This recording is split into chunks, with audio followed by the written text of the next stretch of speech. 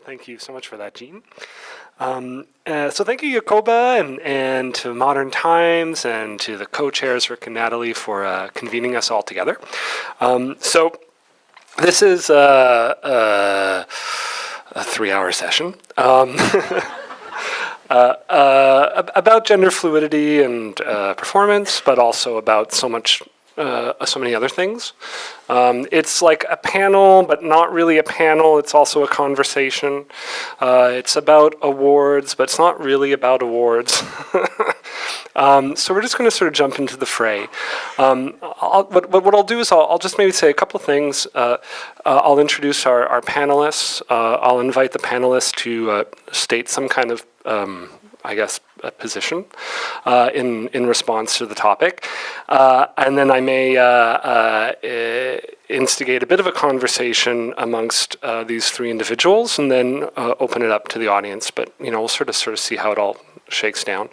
I'll confess that there is a high degree of awkwardness for me to be chairing this particular conversation as a cisgendered white masculine identified able-bodied male, but I'm grateful for the opportunity to witness this conversation. I think for me, my own journey at Buddies was really many things were learned over the course of my time there, and one of them was really a deep consideration of the difference between sex and gender, which I'm still teasing apart, to be perfectly honest.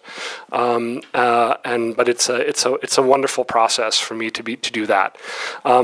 Secondly, I will acknowledge that my work, some of the sort of most universally considered queer work that I've created has reinforced a lot of gender binaries, and a lot of sort of quote unquote queer work does that.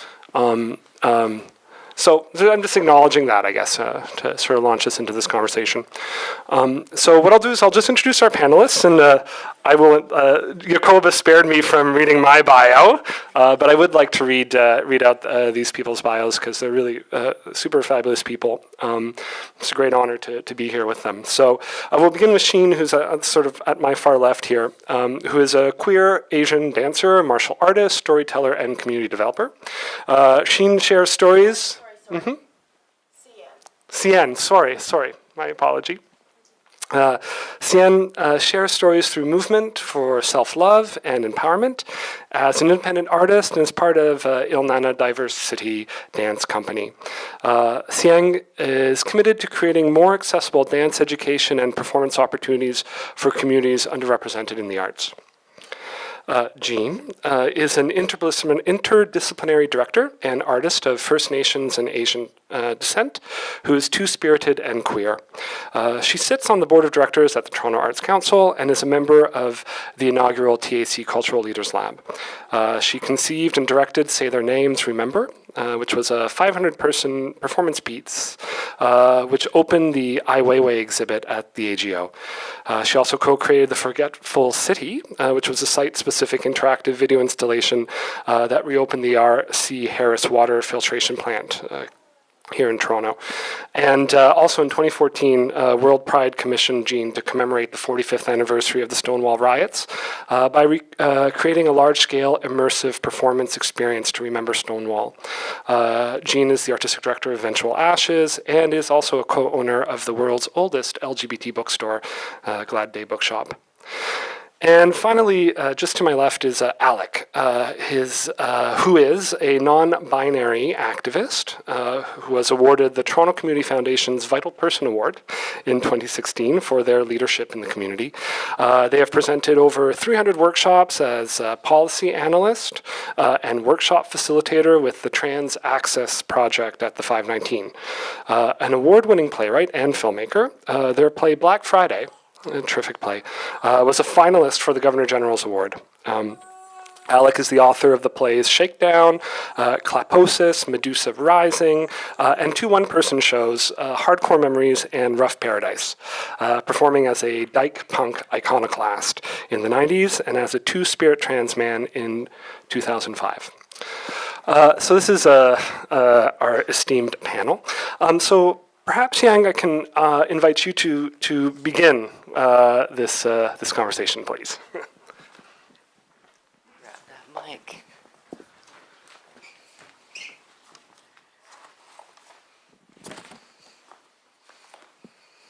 Hello. I think I'm one of the large reasons that this panel is happening, and I'm going to tell you the story of why that is. So in October, November, I got registered by Little Pear Garden Collective, who is doing this dance production where they invited choreographers in to showcase their work. They registered me into the Doras, and then there was a category, there's a choreographer category and then there's the performance category. I choreographed and performed in my own piece, and so I registered for both categories because there was not a category that fit my gender identity. And thus, I'm going to share a little bit of the email discourse that happened between the Doras and I. The Doras. Doras embraced, this is also point form because they were long emails, and you don't want to hear all that, although we have 3 hours. Doras embrace diversity, equity, and inclusivity, and are doing our best to accommodate as much diversity as we can. Unfortunately, in fairness to all TAPA members, we are unable to alter Dora categories mid-season. That said, we do recognize the difficulty of choosing between the current male-female categories for an individual identifying as two-spirited or gender nonconforming. For this season, we invite you to identify with the one performer category which best suits you. Each individual performer may only register in one category. My response was, I cannot and will not choose to identify in only one category. There is not one category that best suits me. It is concerning and hurtful to me that within the same paragraph you state, embrace diversity, equity, and inclusivity, and I am asked to identify and choose a category that does not fit both my identity and the identities I am putting forth on stage through my work. If you saw that piece, you could have long discussions about what genders were put on that stage. Dora response. Context. The previous Dora review took place 5 years ago. This was last year. At that time, there had not been a review for 22 years. It was long overdue. ... All performers select one, either outstanding performance male or outstanding performance female, or you may choose to select neither and withdraw from performer categories altogether. Otherwise, the Dora registration for the performer categories of this piece will be deemed ineligible. Moving forward, we need and value your participation. Your involvement is critical. We sincerely hope you will join us and actively participate in both the upcoming Dora review meetings, the Dance Division Town Halls, and Gender-Based Categories Roundtable. And these were my thoughts before I responded, which, because if I responded, it would have just been like, ah! But I thought about it. And these are the thoughts that came through in my head before I responded. I don't care about the Doras. People like me don't get recognized or win awards like this anyways. I should just drop out, fuck them. I've had a lot of love, hate with the dance and high art world anyways. Not the actual art, but the politics. As I experience and continue to experience discrimination in dance from institution to work on a regular basis. Then I thought of all the students I have taught, many LGBTQ folks who are Black, Indigenous, people of color, varying body types, abilities, and class backgrounds. I often say to them that dance feels like a panel of white judges that decides whether you are good enough and chooses if you are fit to be a dancer. But that's actually bullshit. Dance is ours. Each of our communities have always had dance, and that has actually shaped modern and contemporary dance, even if we are not credited for it. So we are the ones that get to choose how we want dance to work for us. Dance is our tool to storytell and always has been. Anybody is a dancer if they want to be. Our stories are important. We can change the idea of who can be a dancer, what a dancer looks like, what stories can be told. We can take the stage or we can make our own. So then I responded. Even if you are not intending to be hurtful or disrespectful, you are both were and are continuing to be. The options you have given me are not inclusive or diverse. They are oppressive towards a gender nonconforming person. Your options are conform to our format or withdraw.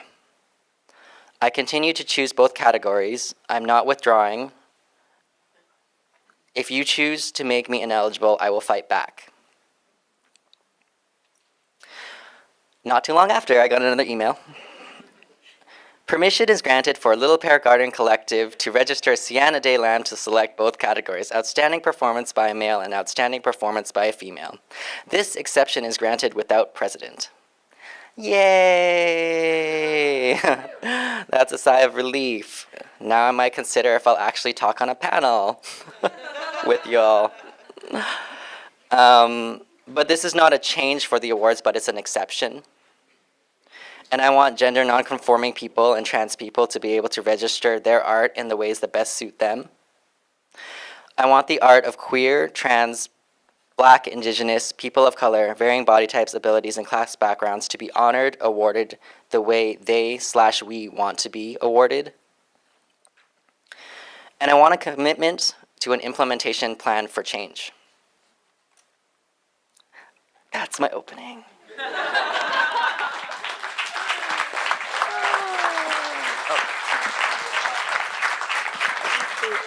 Thank you so much. Perhaps I'll just pass it along to Alec right now. Thank you. Thank you for your courage coming forward. I wish I had this courage 20 years ago when I was faced with the same kind of thing going on. I've been in theater since I was 20, and now I'm almost 60. Anyway, Alec Natishnikaz. I introducing myself in Anishinaabe-Moan because we're in that territory. I had my experience 20 years ago was I wrote a play called Medusa Rising. Had a character who was trans in it, played by an amazing actor, Billy Marasti. And the play was nominated for 3 awards by the Doors, in the mostly in production, not in the actors, which I thought was really sad, because I thought Billy should have got an award, nominated for an award for his portrayal of a two-spirit trans woman in my play. And so bumping ahead 10 years, I actually wrote a play to perform myself about my own gender transition. And it was at Rhubarb, and the 25th anniversary of Rhubarb. So I've been dealing with this gender fluidity, acknowledgement of different genders pretty well through my career. And it's kind of strange because theater is about transforming. Hundreds of years ago, young boys would play girls in Shakespeare plays, So it shouldn't be that big of a leap to cross this gender fluidity and interrogating this whole binary of the genders and how it's erased so many people over hundreds of years. Valuable people in our community, like two-spirit people. So I'm pretty happy to be here. But I wanted to read a quote from an article by Poka Luani, who's a Hawaiian anti-colonial activist and scholar. And I'm in school now, went back to university. And I'm in Indigenous Studies and Sexual Diversity Studies, 2 majors.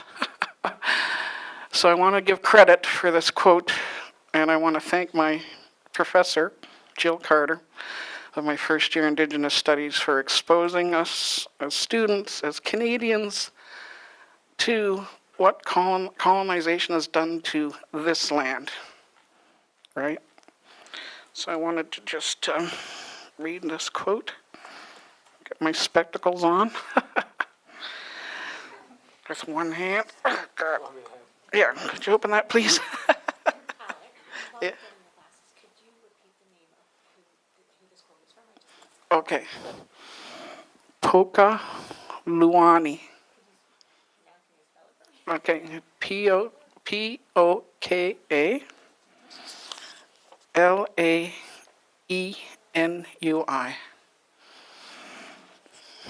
Very good. The process of colonization and decolonization deserves closer consideration in attempting to refashion societies. Otherwise, we may find that we are merely entrenching ourselves deeper in systems, values, and controls put in place by the colonizer. So we have to be very careful when we're talking about decolonizing our minds, our hearts, our theater practice, our work, our country, that we don't entrench a value system that is kind of so pervasive in our lives that we can, by accident or lack of knowledge, replicate it. So I just want us to be conscious of that. And thank you.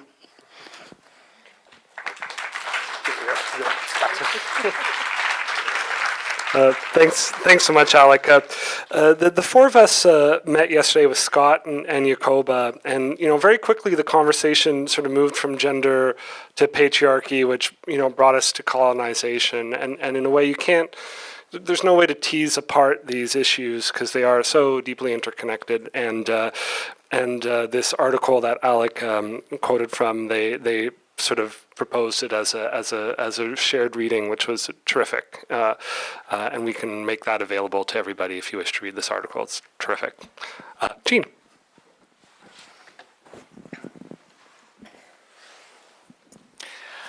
Okay, so for me, so my teachings actually are both Nakota and Anishinaabe. So when I go out west into Nakota territory, one of the things I really look forward to is spending time with loved ones, but also being able to partake in particular songs and different things that happen only on the territory. I very much respect Indigenous protocol, and there's certain things that can only be done there, and whatnot. And there's a few songs that I really love. Right, they really, really kind of hit the core of me in many ways. And what I found out very recently, actually, is that some of these songs, which are very old and have existed before contact, before colonization, actually came from two-spirited people. And that to me, is one indication or one example of how long two-spirited people have been on the land, not only existing, but contributing to community and creating, essential parts of culture. And that is something that, I've been very fortunate and I'm very grateful to have with me ever since I was a kid in terms of foundations, in terms of my view of the world. So in this kind of discussion, when people are talking about binaries of male and female, whether it's a question of bathrooms or a question of awards, to me, I actually see it as a really new thing. The idea of male and female, especially on this land, is a new concept. It's something that came with colonization. What is a couple hundred years in comparison to tens of thousands? So that's how kind of I think about these things, because before colonization, depending on where you are, depending on the nation, there are variations. But the idea of gender was not a binary. There was room for different gender expressions, and it wasn't just something that was tolerated or accept sort of acceptable. It was an essential part of the circle, and people had very important roles, just as much as everyone else. And a lot of those roles were as healers, as leaders, and also very much creative or cultural roles. Those things get blurry depending where you are, but that sort of thing. So in terms of these kind of discussions, and especially when we're talking about the artistic community here now, and how we want to include people, especially with the doors, how we want to award people, to me, it is essential. It's an essential part of colonization, especially in this time when we're reflecting on it. We're reflecting on the impact of residential school, where things like the gender binary were entrenched. That we look at it from that kind of all-encompassing lens. It's an essential part, and for me, it's a return to Indigenous ways or Indigenous worldviews.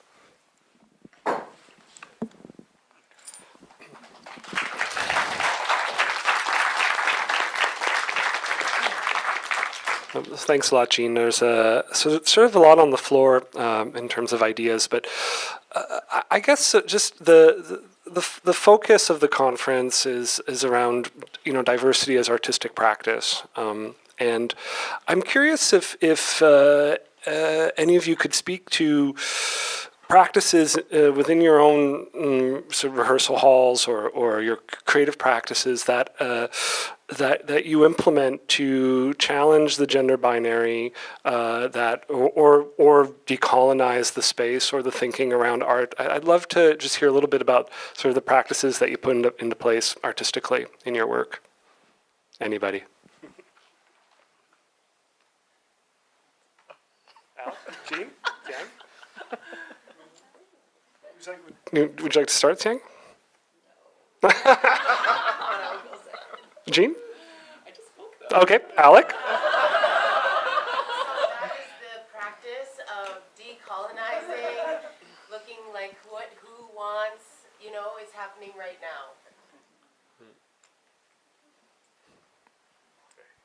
now. Well, I try and work from a place of non-hierarchy. I've always had an issue with director, blah, blah, blah. Don't. So in my practice, for as long as I've been in theater, I've always believed, I've always been out the front taking tickets, up in the booth, running the lights, directing, designing, trying to do everything to familiarize myself with the practice. And in rehearsal, remember when I did the first rehearsal for Medusa Rising, and I had my cast, 2 spirit people of color, black actors, and I pulled out a talking stone, and everybody's like, how did you know about that? This is 1991. And I told them, well, I don't really know about it, but it's just something I'm intuiting, right? Because it was a new thing. It was not a new thing, but a thing I was trying to get back to, I guess, for myself. As a mixed race person on this land, as a part settler, part Indigenous person trying to figure out how the hell I got here, And through that was through theater, was through exploring my own visions of what I wanted to see in the world, of people I wanted to see elevated and listened to and respected, like lesbians and gay men and queer people, people of color, black people. That was my world. And I wasn't seeing it on the stage, and I wanted to bring it to the stage and expose the world to it and have their voices heard. And so I'm very much of yes, as an actor, you have a role here, not just a role to play on stage, but a role to make your vision of the world come true too, right? Anyway.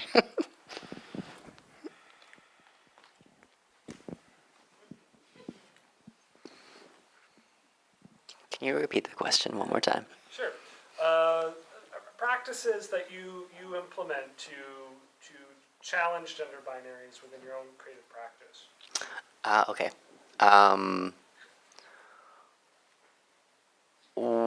I work often in a collective called Ilnana Diversity Dance Company. Over there, hey, what's up? They're here. And I think that has been really a life-changing experience. We work as a collective, we work non-hierarchically, and there's never an assumption placed on gender. There's never, we also teach in the LGBT community, so there's never like a boys do this, girls do that, boys wear this, girls wear that. Like, this is always a dialogue between all of us, and it's that space that it's given us to kind of explore and talk about these things, also talk about our various identities, has also been a space where we've actually, our identities have had the space to change while we grow with each other, which I think has been really profound. And I also think that having the space to explore who you are and actually be a full human being has given me the space to become who I am now in this present day. Kind of like the idea that, you know, before, back when it first started in 2007, I was a boy that was like nervously wearing girls' clothes for the first time, and like being like not like going into stores, and we were all gender bending at that time, and we were like, we're trying drag, and it was this like really scary experience of being like, we wouldn't even tell the store owner. It was like, it's for our friend, this clothes, these heels are for our friend, or that looks like me and is about this shape. But after having like years of performing, and what I wanted to do through performing was really represent a powerful queer Asian person. Because in so much of the dance world that I've seen in, like the things that people say to you in dance, oh boy, like it's not cute. Like the way that people will just tell you about your body or what's wrong with you, like right up to your face, like you're just not, like it's just, anyway, so I wanted to create a powerful East Asian queer representation, something powerful, something that was just like unapologetic, sexual, full, right? Like a full human being instead of being a caricature. How nice is that? But having the space to kind of do that and be that, it became less, over the years, it became less of this like, this is this fictional character that's over there, and then at the end of the day, I get to have to take off all of these layers, and then it started to become more me. And so I feel like performing and having these really in-depth, challenging conversations between us in terms of like how we do that for other people, how we create spaces to teach in those ways, and also how we perform in those ways has given me the space to actually figure out who I am and empower myself to live in who I am, not just on stage for a moment, but like always and in life. Thanks, guys.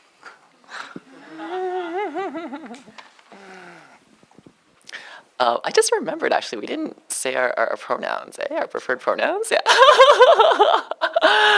So I'll say mine right now, and for me, it's a little bit of a longer kind of description. So in English, I go by they, them, she, or her. But what I also try to say also is that in other languages, in Anishinaabe-Moan, in Cantonese, in Mandarin, I go by they because they are gender-neutral languages. And I really want to also emphasize that. There are many cultures that are gender-neutral in their pronouns.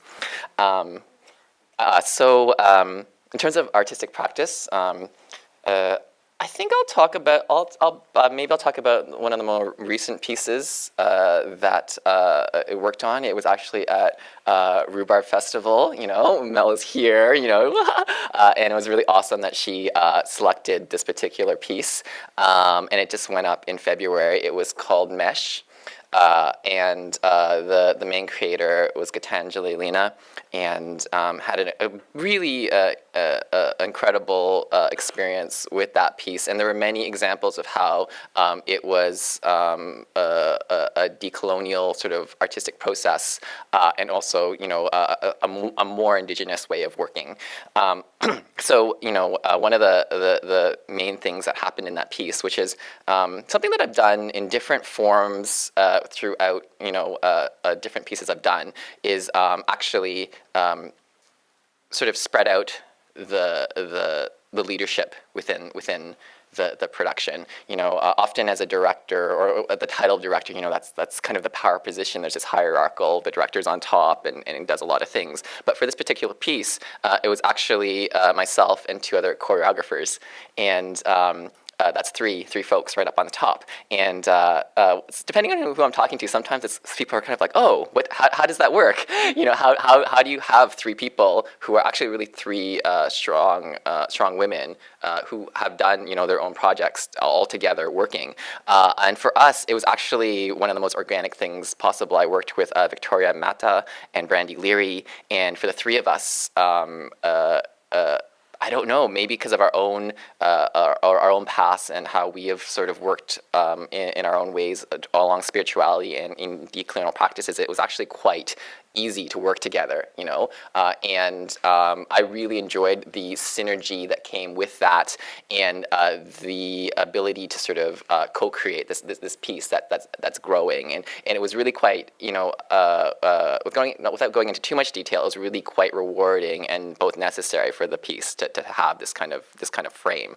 In terms of gender roles, something that's kind of an approach for it was that, Gitanjali is sort of the main creator. She's actually writing a whole script. There's a whole text in the ways that you can imagine, with acts and scenes and that sort of thing. And what we did was in the room, and this is something intentionally done, is that we turned it all almost into movement. Like some scenes ended up just being one line of text, and all sorts of different things going on. And in that creative process, she actually had characters in the text that were, you know, more masculine, more feminine, male, female, however you want to put that. But for us, you know, in the room, we actually were constantly switching whatever performer was taking, whatever role the performer was taking.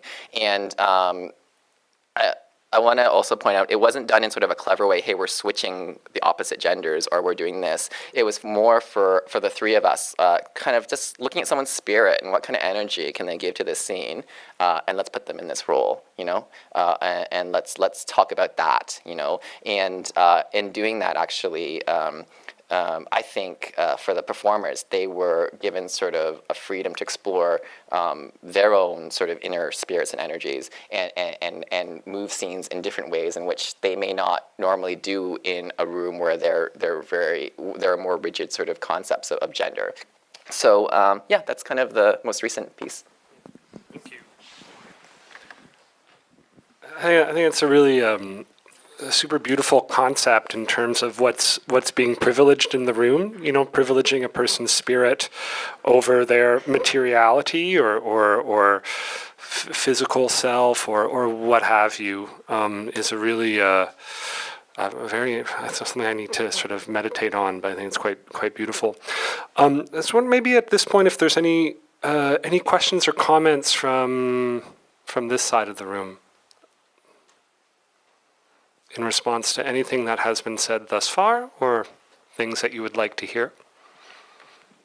I think we need to bring you a microphone. It'll just be a second.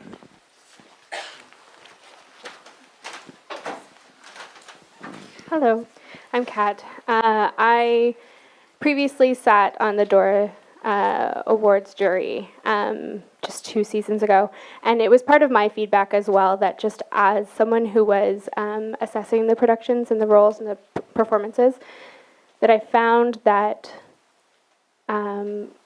comparing a performance that was a solo performance to a piece that was a part of an ensemble was more of a challenge than whomever was performing a solo piece and whomever was performing in that ensemble, I found that it would have been much more appropriate for us to be assessing the skill, the level, the quality of the performance in those contexts, in the context of what were you doing, than who was doing it.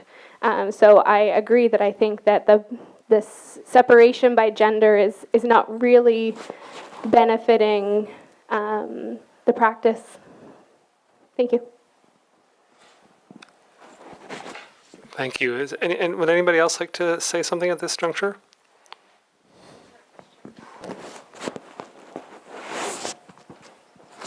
Hi. I'm going to stand up and I'm going to come to the front so you can all see me because we're in a conversation together. Thank you for Soleil for making this happen, and Dora and Tapas for being here. My name is Lily Davis. I've been an independent artist in Toronto for some time, mostly in dance, and I'm also the youth program director at Buddies in Bad Times Theatre. And I have some things that I want to ask you and you, because I think that it's an important moment in history for human beings, and that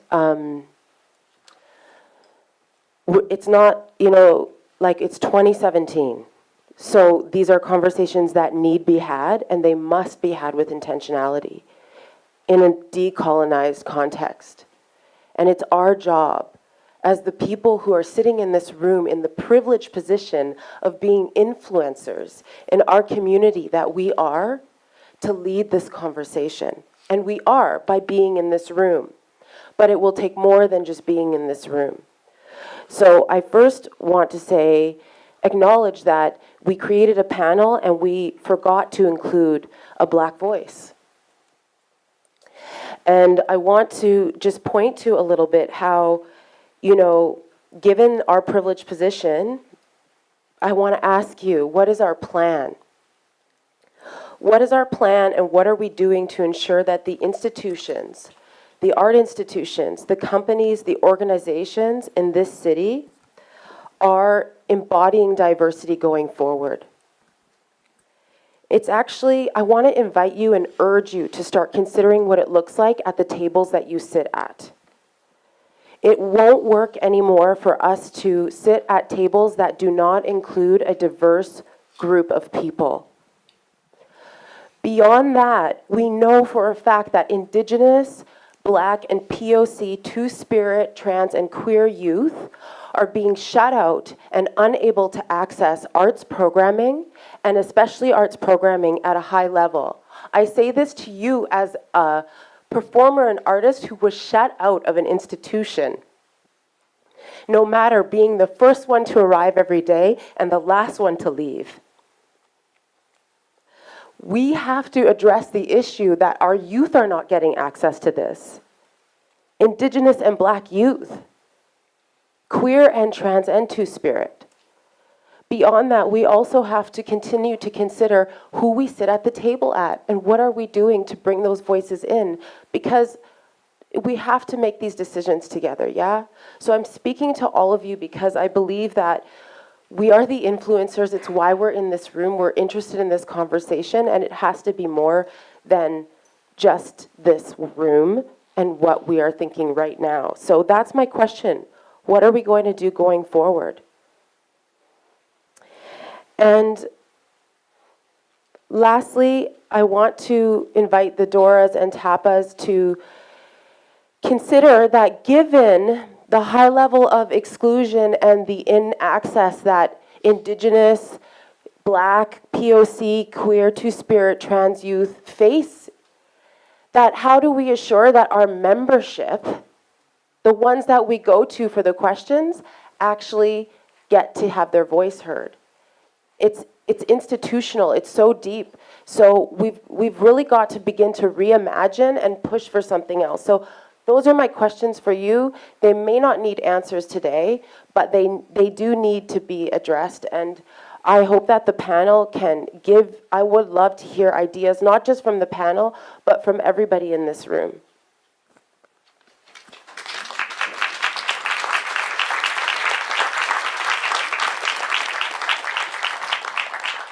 Thank you so much for that.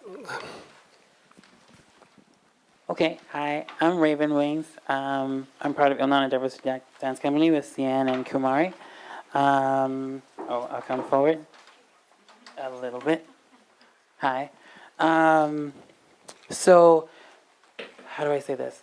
It's disappointing that there isn't a DORA representative here for us to speak to, because I think that what Cian had to go through and what I had to witness Cian go through was actually more than a funny moment. It's actually something that happens every day. Whew, don't cry. So what is the actual commitment? Like, where does this go? This information, like where you're saying, like, what are we actually going to do? What are you, the DORA board members, going to do about what has happened? And how many people haven't even got the chance to speak up to you about that? And as a trans person, from policy to rules to guidelines, we are never in the room for the decision making. And that's a problem. We need to know who's at the center of it. Inclusion and diversity doesn't actually mean anything if you're not talking about who it's actually centered around. Right? You have to like really think about who it's centered, because if you're like, we're going to include trans people, we're going to include Two-Spirit, we're going to make it an indigenous panel because we're woke today, I think we need to really think about like what that actually means. Like, what is your commitment to this land? What is your commitment to the people in this room? What is your commitment to the people who just revealed their vulnerable stories to you in a way that's super active? A lot of us, as you said, have influence and have shaped many of our lives. I've seen some folks who have shaped my life. So I think it's really important that we work very, very hard, and then DORAs come up with a plan that they will release in some sort of format so that we know exactly what your plans are of implementation of new ways to move. Thank you. So yeah, perhaps Jacoba, you'd like to speak a little bit to this. Sure.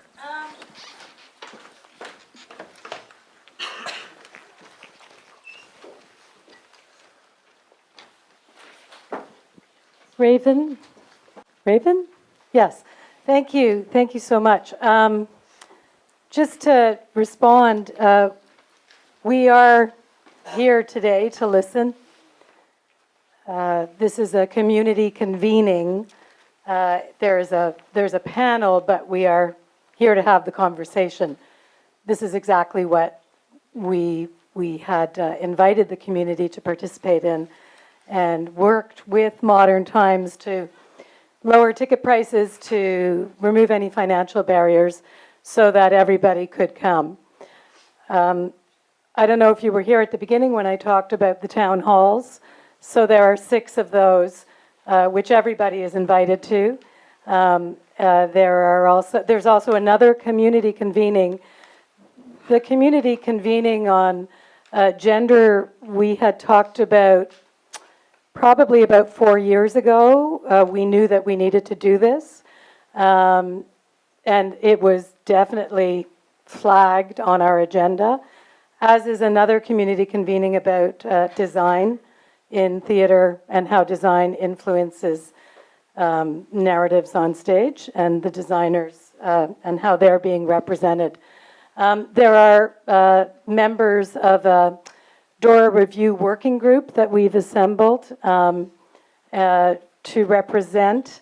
I don't really like that word represent, but to give voice to all of the disciplines. And in fact, Jean Wong is on that group, and the chair of that working group is here today. This is our first out. This is our first time out at this community convening, but there are, as I say, going to be, well, at least 7 more. And this conversation might continue outside of post-marginal, perhaps continuing with Modern Times. I'm also committed to working with CPAMO and Charles Smith, who has invited me to work in a group that he has assembled, and I'm learning there a lot from the other people at the table. We're all working towards different projects, different focuses. The entire TAPA focus for 2 years is on this and nothing but. So our plan, because you asked what the plan is, that's where we are with a plan to move forward, constantly inviting conversation, listening, and learning. Part of the challenge is we have 201 members. If we had 5 members, we could make change perhaps more quickly. Because there are 201 of us, or members, that represent thousands and thousands of artists, it does take time. And Xiang, we talked yesterday a little bit about the, not impatience, but now, yeah, it takes time, but we got to do this now. And absolutely, we recognize the urgency on that, and we are committed to that for 2018-19. It will take us a year to go through this. So we're pushing the button on go. Thank you. Yes. Hello, my name's Claire. Hi guys. Hey everyone. I guess I'm just wondering. I understand that it takes time to change things, but for the production categories of the Doras, there's no best female lighting designer, best male lighting designer. So can't we just get rid of the categories of the male and female, and would that? And I guess I wonder how the decisions are made at TAPA, because if there's 220 members or 221 members, then are we kind of asking every member what, are we polling everyone, or how does that kind of work? So I run an organization called the Storefront Theater, and what we are doing now is in all of the contracts. So we mostly work with collectives. We provide we call it the neck pillow for the artist. So we're trying to program more dance, more interdisciplinary work. But what we offer is an integrated venue and marketing package. So we don't actually put together a lot of the artistic collectives that we're working with. However, we are stipulating now in our contracts that you must have either gender equality, although it's actually good that I'm here right now, because I'm what does that mean, really? In a non-binary sense. And also cultural diversity, if we want to say that. We're just mandating that, starting next year. So only next year, meaning the next time that we do a season, because we don't have a home right now. But that's coming. Anyway, so that's kind of what, just Lily, in response to your question, that's kind of what we're trying to do, and I'm super open to anything moving, towards a more representative, creating a space that can, just be really inclusive and encourage that kind of ideology. Yeah, but maybe Jacoba, how does that work? How do we, say all of us in this room were yeah, I don't want a male and female performance category, because I'm making the assumption that we provided the female category because it was probably all the males that were, voting for themselves anyway, and we had to say, oh my God, we have to get the ladies up there on the stage. So now we're moving sort of past that as a culture and a society. So how does that work? How do we make that happen? If that indeed is what the membership wants. So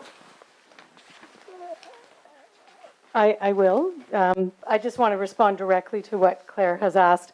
We send out a survey, and you all decide. That's how it works. The board doesn't decide. the members decide. What if I have passion about this, but I don't have the money to be a member? All the town halls are open to all the members to bring guests. So that the guests, because Can I The ask me- a quick question just about membership, because you're responding to membership, and I actually have no idea who the membership is. It's available on the top of the website, there's a list. But I have a question about it to be answered right now, instead of to look up on the website, because I don't have data sure. on my phone. I'm wondering, like, how does one, so not even going as far as, like, what the cost is, how does one attain membership? And what are the qualifications for someone to become a member? And I have some more questions about the membership, but maybe you can answer those first. Sure. The membership manager is here, Alexis De Silva Powell. So as opposed to you hearing my voice, I'm going to pass it over to one of our three staff people, Alexis De Silva Powell. So I can talk about the membership, but we can talk about it more in detail after. So the membership, we have 102 members currently. It's broken down by professional members, so people who actively produce work. We have a non-producing membership, so if you aren't producing work, but you're still in the process of creating, you can become a member of TAPA. We have individual memberships, and those are for artists or individuals who may not be working with a company on a regular basis. And then we have an associate level of membership, which are for organizations that don't necessarily produce work, but who are involved in the community in some capacity and want to be a part of the organization. Do you need more from me right now, or do you? Is there a cost associated with each of those entry levels? Yeah, there is. So there's a cost associated with each membership level. For the professional members, they exist on a sliding scale based on either your annual operating budget, and if you don't have an annual operating budget and it's a production budget, it's based on your production budget. Then the other levels are based not on budget, but on an organizational level. So if there was a range of costs for membership. Speak on the mic, please. Oh, sorry. Yes, thanks. If there was a range of costs for membership, what would the range look like? Yeah, so it's anywhere from about $70 to over $1,000. Okay, cool. Did you get your question answered? Survey? Ish? Survey says, do you want to get rid of the male, female performance categories? That's what the survey says? Well, the survey We haven't held the town convenings. Oh, This is the first one. okay, cool. There are 7 more. Dance, general, indie, TYA, musical theater, and opera. And the designers. And the working group hasn't even met yet. This is the very first time. So I don't want to tell you what the survey is going to say yet. Pretty certain that is going to be in the survey. That's why we're here today. But there will be a number of things in the survey, but I can't, right? We're not there yet. Thank you. Did you have anything you'd like to say? Yeah, sorry. Can I ask my follow-up questions? Awesome. Okay, so first off, just to get the process clear, because I'm a process-oriented person.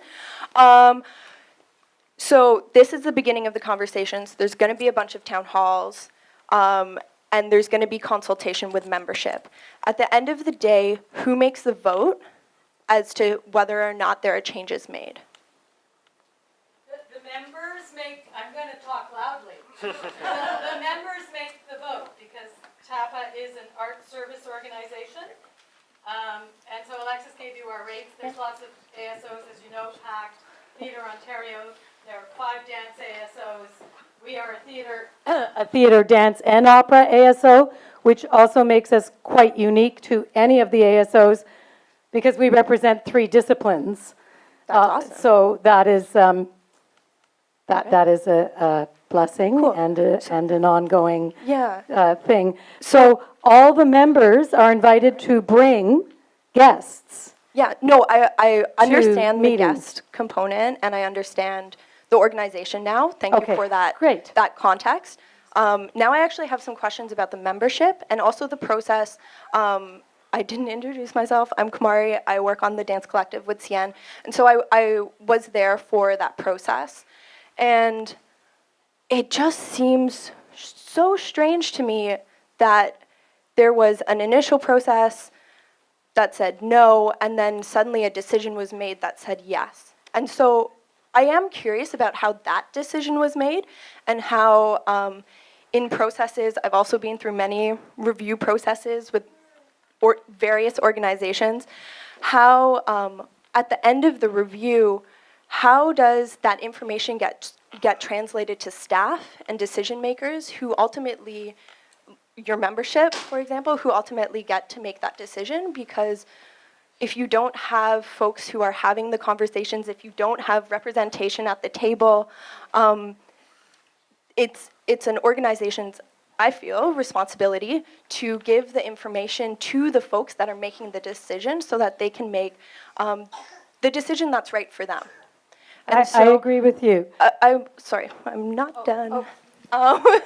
So I have questions about what that process looks like and how it came to be to this moment. And I'm just going to ask the majority of my questions right now so that I have the space to do that and can take the space to do that.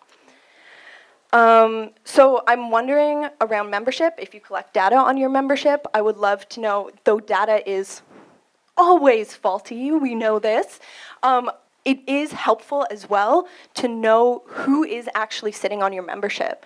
I can tell you right now that it would take me putting some resources together to make sure that me and the people around me could pay $70 for a membership. I think that's a problem considering most of the people in my life are Black, Indigenous, people of color who are queer and trans, and Two-Spirit as well. So I think that needs to be looked at, talked about, considered in this process. And if we're talking about representation, let's talk about who the membership is. I'm like, is anyone here a member? Do you want to raise your hand if you are? Yeah!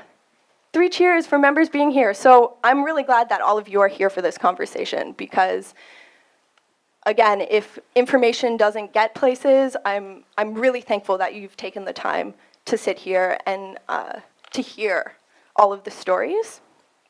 And then my last kind of question is around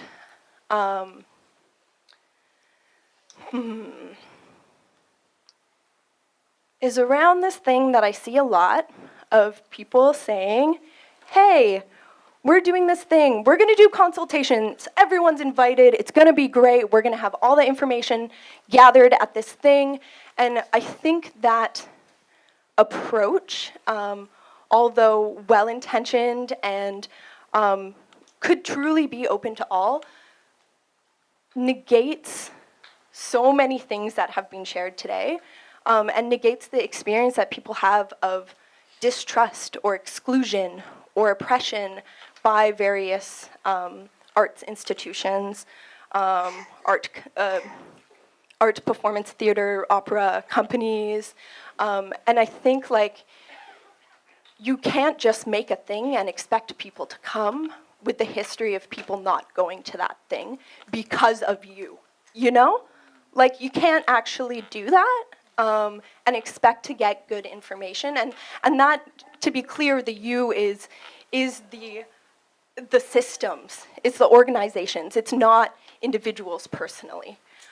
Though those people might uphold those organizations to various ideas and values, it's really about that system that I'm talking about.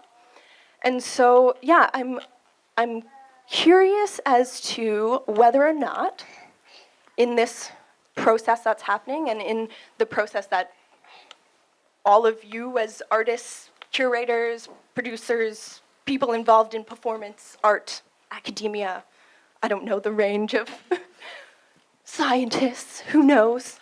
The folks in the room, what are you doing specifically to reach out, connect with build trust relationships with Black, Indigenous, people of color, queer and trans people, Two-Spirit people, to find out that information and to do it in a way that you can honor what they're saying and honor what they're asking if they ask. I find a lot of us don't get to ask for what we want or what we need, so thank you also for asking. Yeah, to really listen. You have to bring people in to be able to listen to them instead of expecting them to come and tell you their life story. So those are the questions and the comments that I have. Thank you. Would you like to, nothing, we can, yeah. I think I just want to, first of all, thank you, Kamari, for your insistence on clarity. It's really great. And to acknowledge the incredible bravery to speak out, the incredible bravery to receive, and to be in this space together. It's difficult, but so important and so necessary. So thank you, and thank you, Yakoba. If you'd like to say something right now, that's fine, or I mean, it's... I don't, I feel like we have this Sure, panel and I don't want to dominate. Not a problem. So I think Kira Logren has something to say, which I think would be great, and we can then maybe open it back up to the panel. Okay. The one thing I just, Kamari, you and I should sit down and have a conversation because there is a panel here right now. But the one thing I just quickly about information, Scott, this is now live Facebook, and everything is being, I believe, transcribed. Is that right, Rick? It's being recorded. It's okay. So, and then TAPA is committed through the process of those town halls.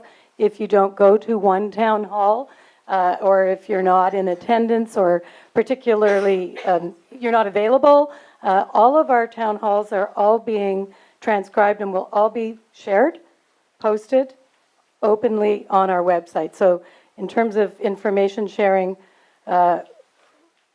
if there's another way we can be more open other than through social media and posting it on the website and doing it in person, let me know, because we're trying to open it up.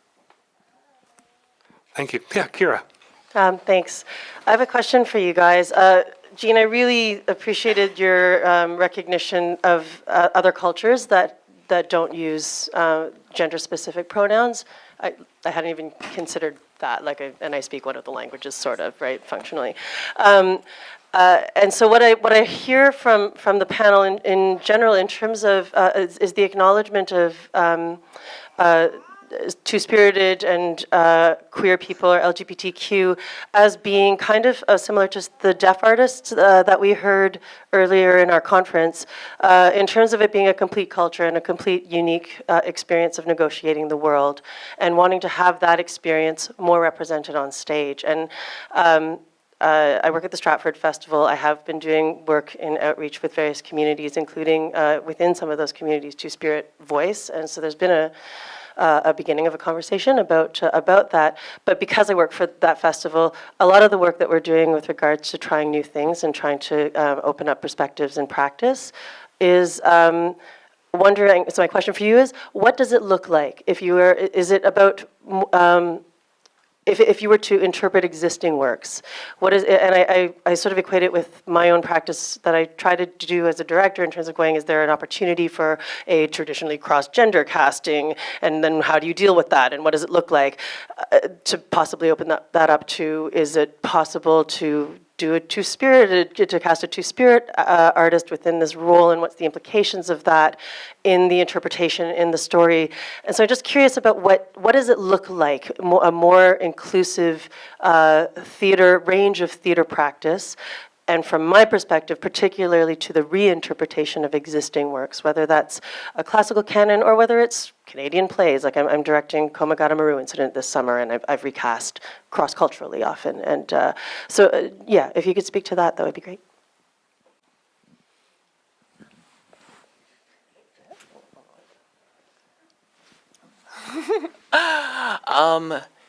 Yeah, actually, I would love to continue that conversation, in a larger conversation, because it's sort of the thing that it's interesting for me. That's something I definitely think of, and it's there, that's bubbling. But what I actually find often is that the position I'm in is that I'm often in a place where I have to create new works, because of my social location and my positionality. That is what happens, right? The trust in me to take a classic work or a work of text is not as strong, and it's sort of painful for me to say that actually right now, but. Your own trust in yourself? No, the trust in institutions. Yeah, absolutely. Yeah, absolutely. So I don't get asked that often, right? But it's actually something that, hold on a second.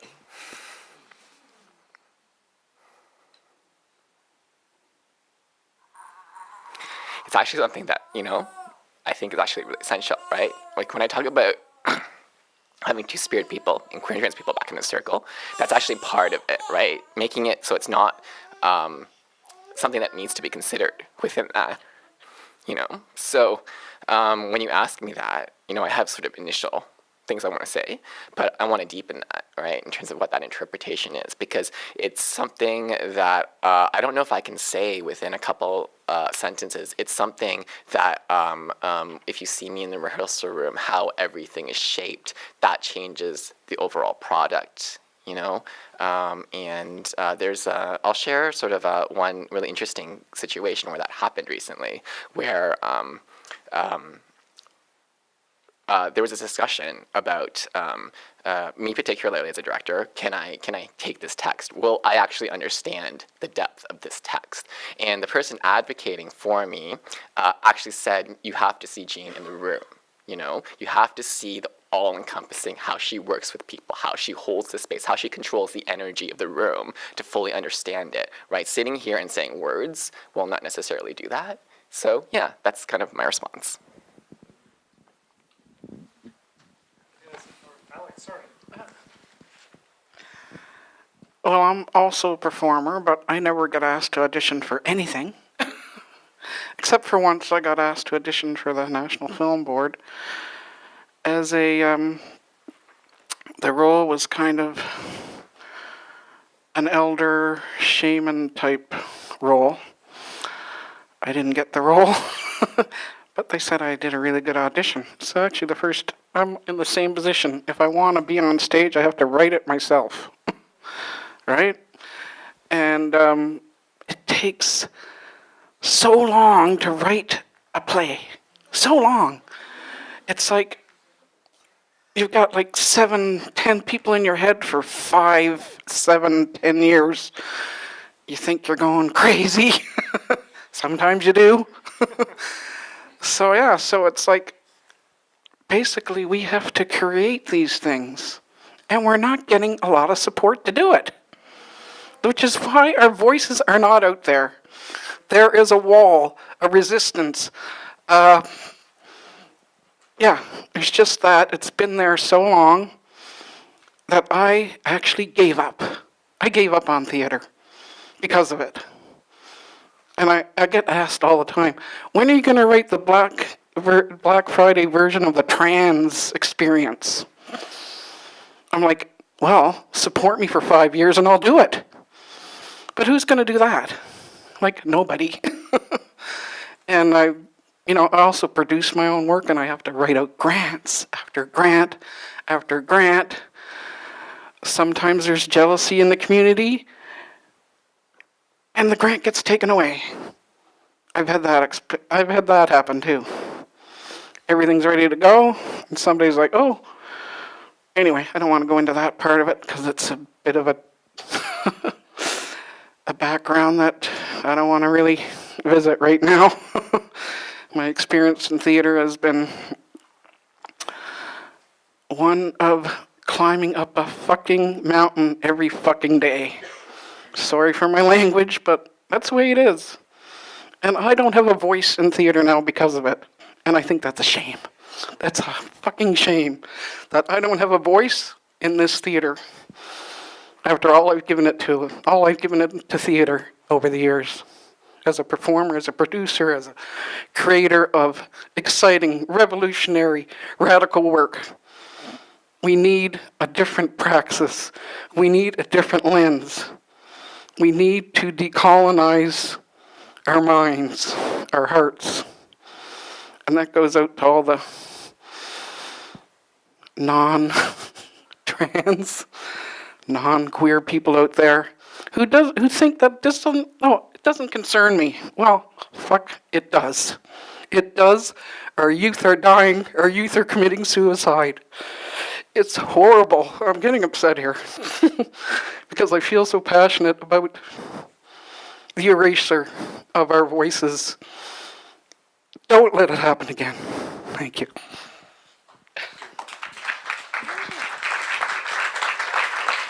Thank you.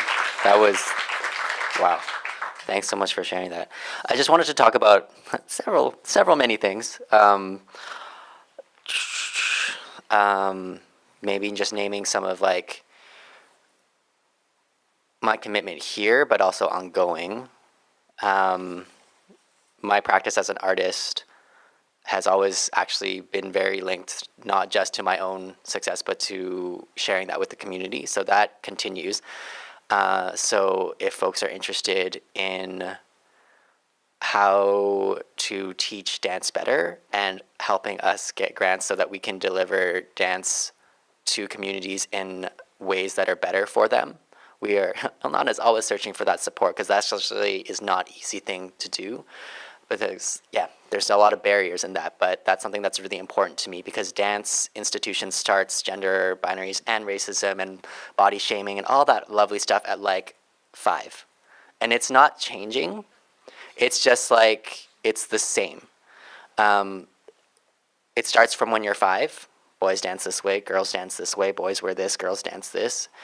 And most LGBTQ people that I know of that have been involved, as well as people of color and Black and Indigenous people, like there's like a point where it's just like, fuck this, like I'm gonna drop out because I can't stay here anymore because there's no space for me.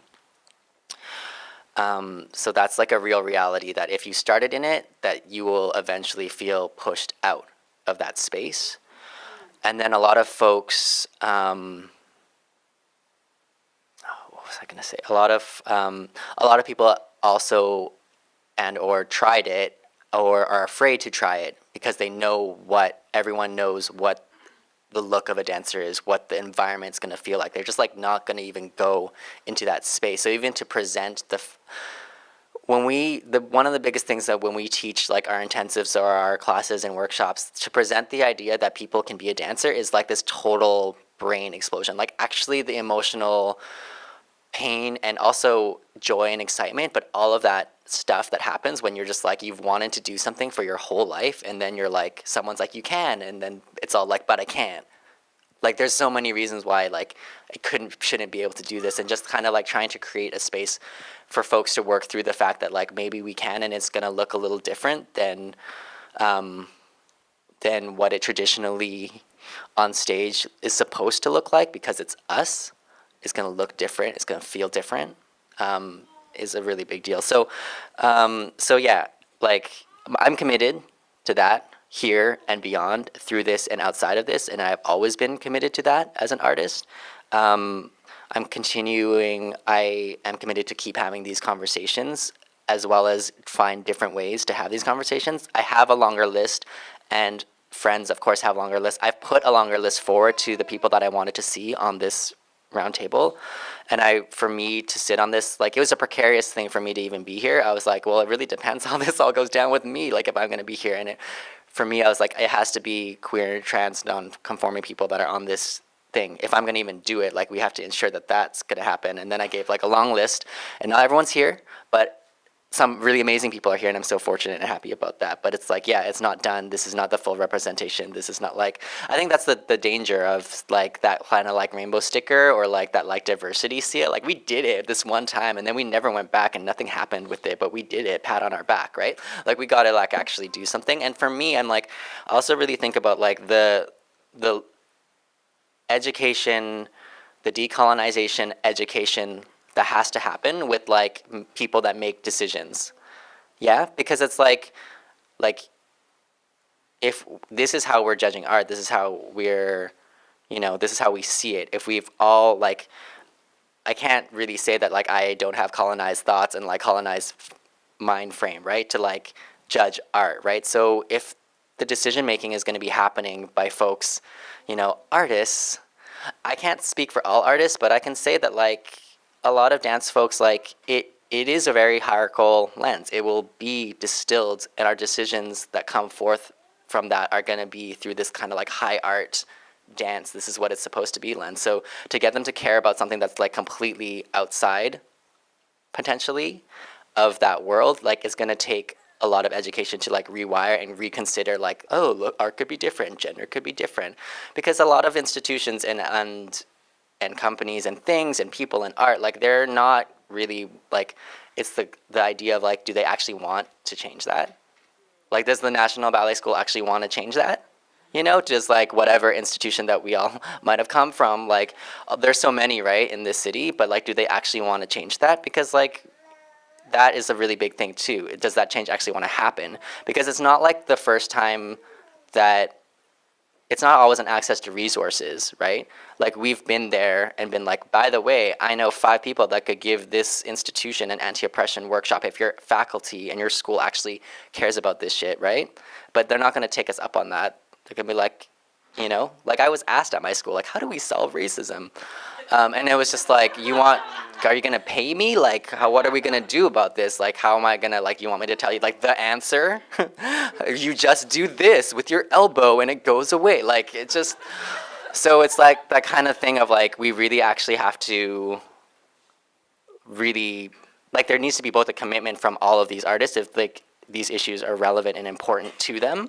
And then there needs to be, like, implementation of, like, what that education looks like. Because otherwise, it's like, there's such a disconnect, right? Like people can post something about like trans washroom thing and be like, yeah, but then like that's not gonna come through on their hiring process for when they actually hire actors or dancers or movers. Like there's like a big disconnect from that. Or like they're gonna be like, yeah, I totally support that. Like it's like how could anyone think that? Or whatever, and be like, no one is illegal, or like they'll say shit like that, right? But then like they won't actually do it in terms of like their casting. It's like that is completely different. Like try and register for a professional dance program as a gender nonconforming person and like see what happens. Like, you know what I mean? Like actually, like, where are you gonna go? To art classes, but like, like it's like there's not that higher, the higher level thing. Yeah, and I just like, I don't know. These things are important. I just also, you were talking about like how we identify. And I think this like kind of speaks to like, I'm just like story sharing at this point a little bit, but like I have definitely benefited from my perceived maleness in spaces for sure. But like, and then how I identify is like a whole other like long conversation of like,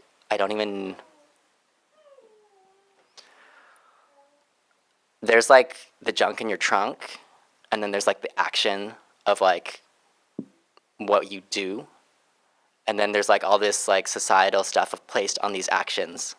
It's like I like to punch stuff. Is that really male? That's not a male instinct. I like to wear heels sometimes. Is that a female instinct? Like I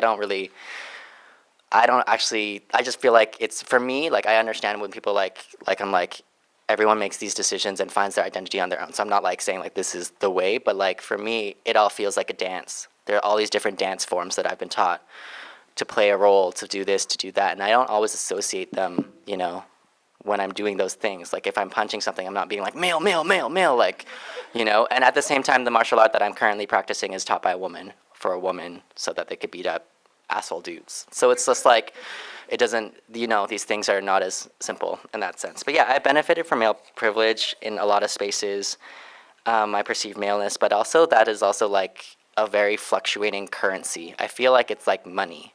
Right? And my value will completely shift. Like if I'm the only male in a perceived male in a production, they'll be like, oh, you're the dude. And like, you get this kind of specific attention sometimes in the dance world.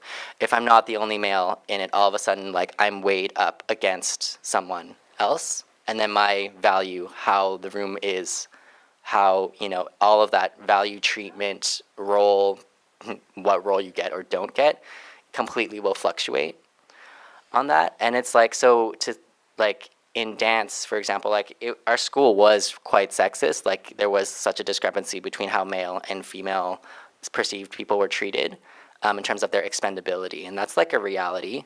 But also there is also a complexity in the sense that it wasn't like all men were treated the same, not equally. There was a real big difference between how white bodies were treated, how black bodies were treated, how East Asian bodies were treated, and that's something to take into consideration. And I just wanted to say, like, yeah, my experience of being in arts has been, like, can be summed up in, like, two short things of being, like, always too much and never enough. So it's always too much, you're too strong, you're too powerful, you stand out too much, I don't know how to use you. And then it's never too much, you look weak, you seem fragile, you're so small, you're so feminine, you need to buff up and be stronger. So that's kind of these two parallel things. And I think that this speaks to the lens, right? This is because my body is being compared to a white body and to white ideals. And so my strengths and existence are both confusing and threatening because it threatens white normality.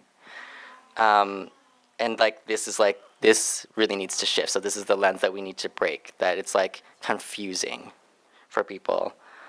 It's just like the concept that, like, I don't know, it's like in reality, Michelle Yeoh, if you know action, small Asian woman, can beat up like Thor or someone who plays Superman, right? So it's like this kind of size equation, body type thing is so particular within dance, but it's like, it really, really plays out. You know what I mean? So it's like, how do we shift this lens? Okay, I think I'm more or less done. But yeah, that also doesn't exist in martial arts. Coming from a different art form, that doesn't exist. I wasn't perceived to not be strong in Kung Fu. And I'm still not perceived to be strong or not strong. Like, it's all based on like what you do. Can you do it? What does that look like? In dance, it's like, oh, I think you look like this, and thus you are allowed to not like portray this story. And the stories are so old school. Like, just in the sense of like, there's like, we're this big umbrella of like LGBTQ, but there's a real profound difference between gay white man and gay white male stories, and then like the larger umbrella of what that representation looks like when you are like not a gay white man. You know what I mean? Thank you. Thank you for that. So there seems to be sort of two rivers of conversation, and so perhaps I'll just, at least as how I perceive them, so I'll maybe state them and then invite the room and the panelists to speak to them. So one is the question of like, what is the training that is required in order to shift the lens through which we experience and evaluate art and value artistic expression? So, you know, what is the training that's required to sort of undo the colonized value system that we carry when we experience art? And then the second one is around change. And how does change happen? I think more importantly is what are the systems of accountability that we need as a community to monitor change, to implement change, to really activate transformation that we all, I think, want to varying degrees. So yeah, how to shift the lens and how to implement change are two questions, and I'm really interested in sort of real practical thoughts and ideas and strategies that individuals in this room are implementing, that we can share our learning and our knowledge and take away and implement within our own worlds and lives. Either from the panel or from the room, anybody?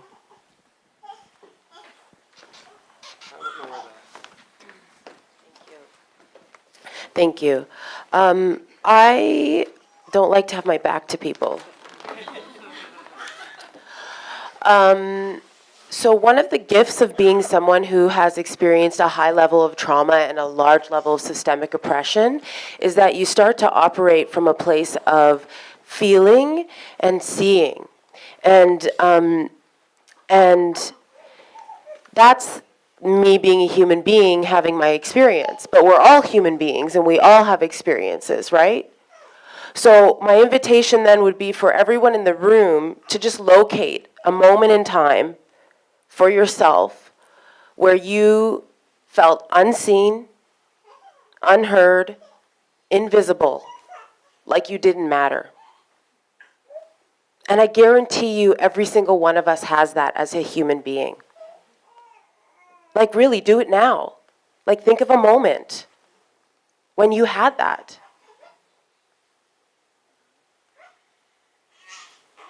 And what was that like for you?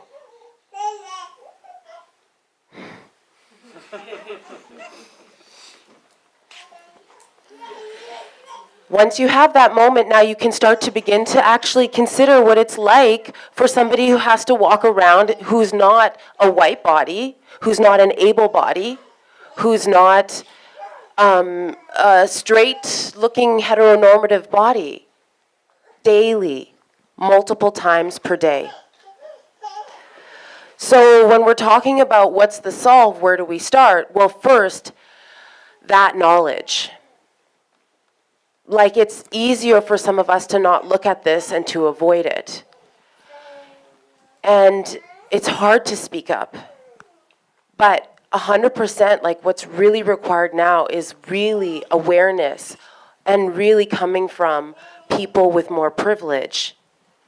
And our privilege looks different for everybody. Because even though you might be white and you might be male, you may have grown up in a single family household with very low income, you might have an invisible disability, and you know, there's things that you're working with, but still when you walk into the room, people see a white, able-bodied male. So that's what you're walking with. So I just want to talk about it because it's a problem, but it's a human problem.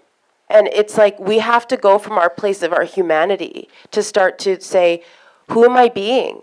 When I wake up in the morning and I step out of my door, what am I doing when I hear someone talking about, you know, like powwows or this or that in a way that is completely inappropriate? Do I pipe up in that moment to say, you know, I don't want to make you wrong, but I need you to know that that won't work for everybody in this room that you're saying that. And it's really going to take something. So I just felt like I wanted to share that because I really believe that it's because it's systemic and we're just here in the room as artists. It's not a simple question. It's actually like, it actually is like, how do I step and then step again? Every step. Each moment bring enough awareness to say, what is happening now? I thank you for letting me speak to that. Thank you. Just going to follow up, and that was an excellent segue to the kind of comments I wanted to make on change in particular. So many of you may know me in the room. I'm Charles Smith. I work with Cultural Pluralism Arts Movement Ontario. And we've been working at change in the arts for the past 8 years.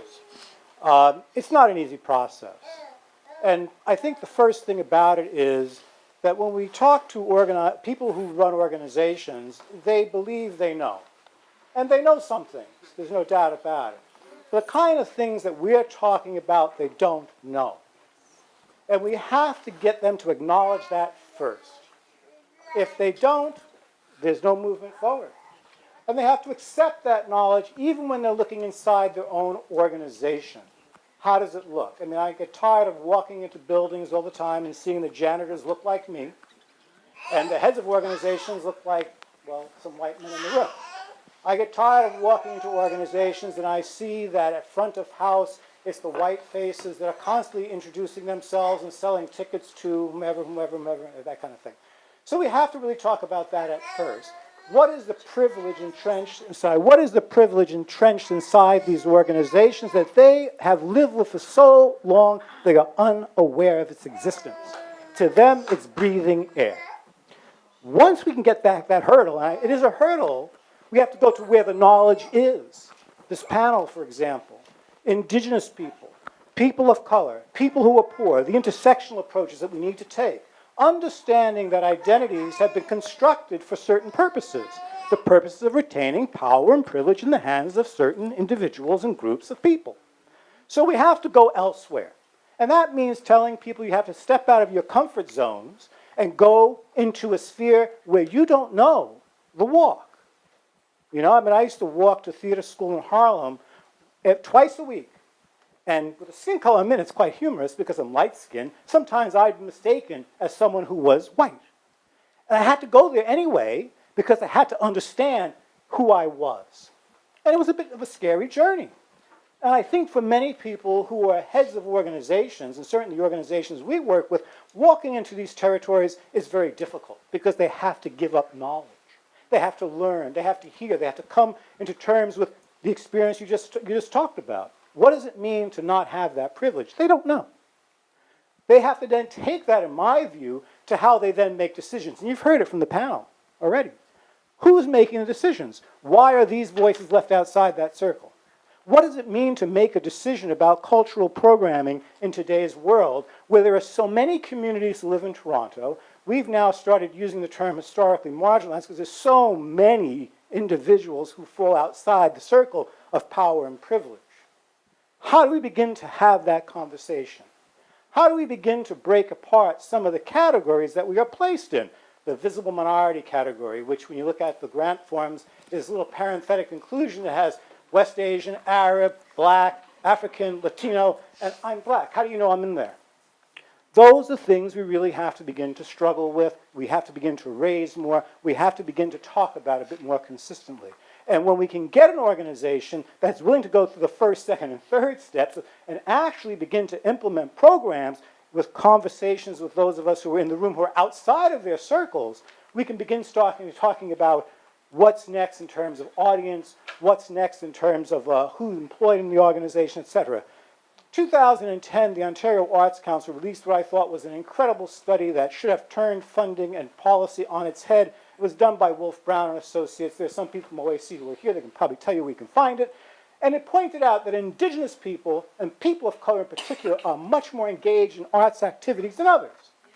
Now, one might say, well, if that is the case, why is the funding going elsewhere? We know all the difficulties around transitions and so on and so forth. But until we raise enough pressure around these things and come together as communities who are affected by the block and power and so on and so forth, we're probably going to see the same thing for quite some time. So in terms of change, yes, it does take time. There's no doubt about it. And that's the one thing. I mean, I remember I grew up and Martin Luther King said, why do we always have to wait? You know, it seems we're always waiting for the next generation of, as my brother said, white saints to take us into nirvana. Well, that's not happening. So how do we begin to recognize that change is necessary within the organization, at the top to the bottom, that they need to let us in the door to talk about what that change has to look like, that we need to be in the door to talk about programming that's of interest to our communities, and we watch audiences change overnight. Thank you. Thank you, Charles. I believe Shaista, you want to speak? I guess I'll stand. Thank you so much, everyone. I love attending these panels and these discussions because it's one of the few places where we can actually show some vulnerability and some emotion and some feeling without being reprimanded with consequences or being called unprofessional. So one of the things that I've recognized in my own sort of practice and attending these events is I'm so happy that these conversations take place because theater for me is a place of contemplation and transformation to take place. But what I struggle with is a sort of negation of class politics and the allocation of resources and who gets access to those resources and how that's kind of disseminated amongst the people as well. And part of the reason I was also part of a DORA jury 2 seasons ago, I think, and part of leaving it was because as an artist it made no sense to serve on a jury that I myself could not afford to participate in ever because I would not be able to sustain having the 9 minimum showing and the TAPA registration and putting that all together with not enough institutional support or other kinds of support that existed, right? So it didn't make sense to participate in a jury that I would not ever be legitimate by or given credibility in the future because of what I can access. My question is that why is it so difficult for us to talk about class politics? Why can't we talk about the transparency of how the money is spread amongst the people? But also, what I've been told over the years, and this is difficult, and I'm sure many people have had this experience, is that I've had a lot of discriminatory situations, behaviors working in different institutions and organizations. And when I have been invited to the table or asked to speak at the table, what has often happened is a sort of really defensive, disengaged, kind of behavior that happens in regard, and then you get labeled as a difficult, challenging person, and the conversation stops right there, and you have no choice but to leave. And contributions over time to things that I've participated in have also been rendered invisible, and you become exhausted over time. The other thing is that when you do show a little bit of competency as a person of color, as a different body who comes from, I'm also a self-taught artist, by the way, I don't have formal education, is that you are then offered administrative positions to kind of fill in the gaps of knowledge that are missing in institutional spaces.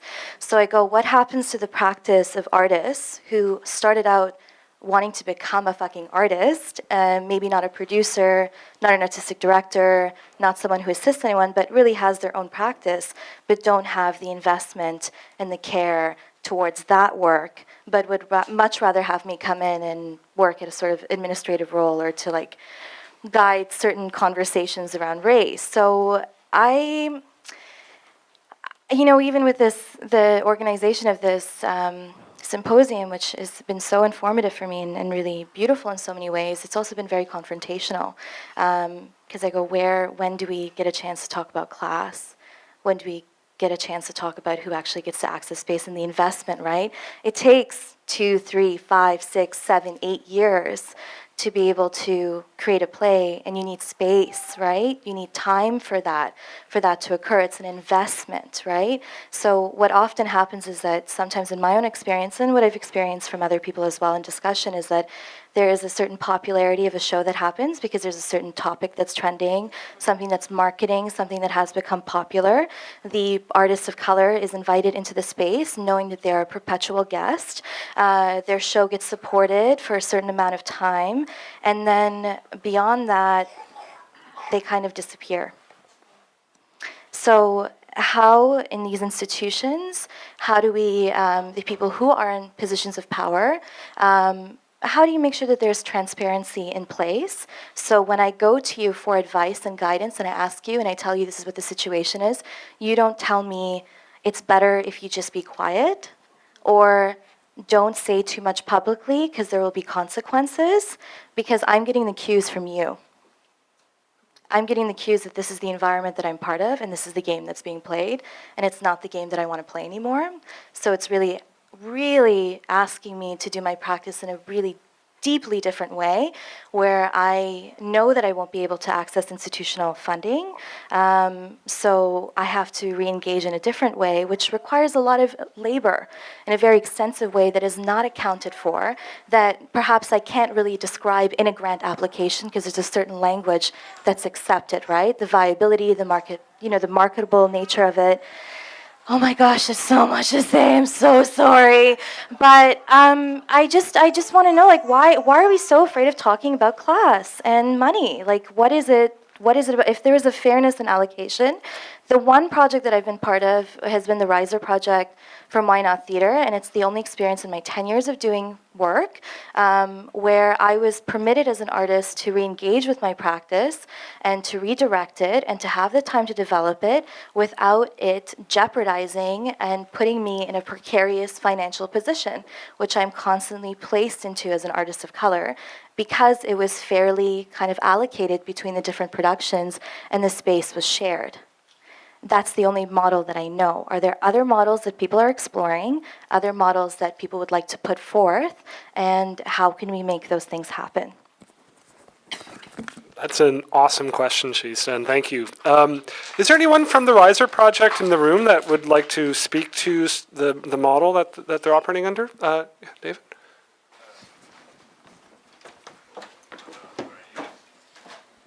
Or maybe you can speak to something else. I got half of that when you're like, anybody from the Riser Project in the room? Like, yeah, who can speak it? I'm like, oh. Like, only very, very, on like a cursory level. I'm the artistic director of Fujian Theater. Fujian has been a senior partner of the Riser Project from the start.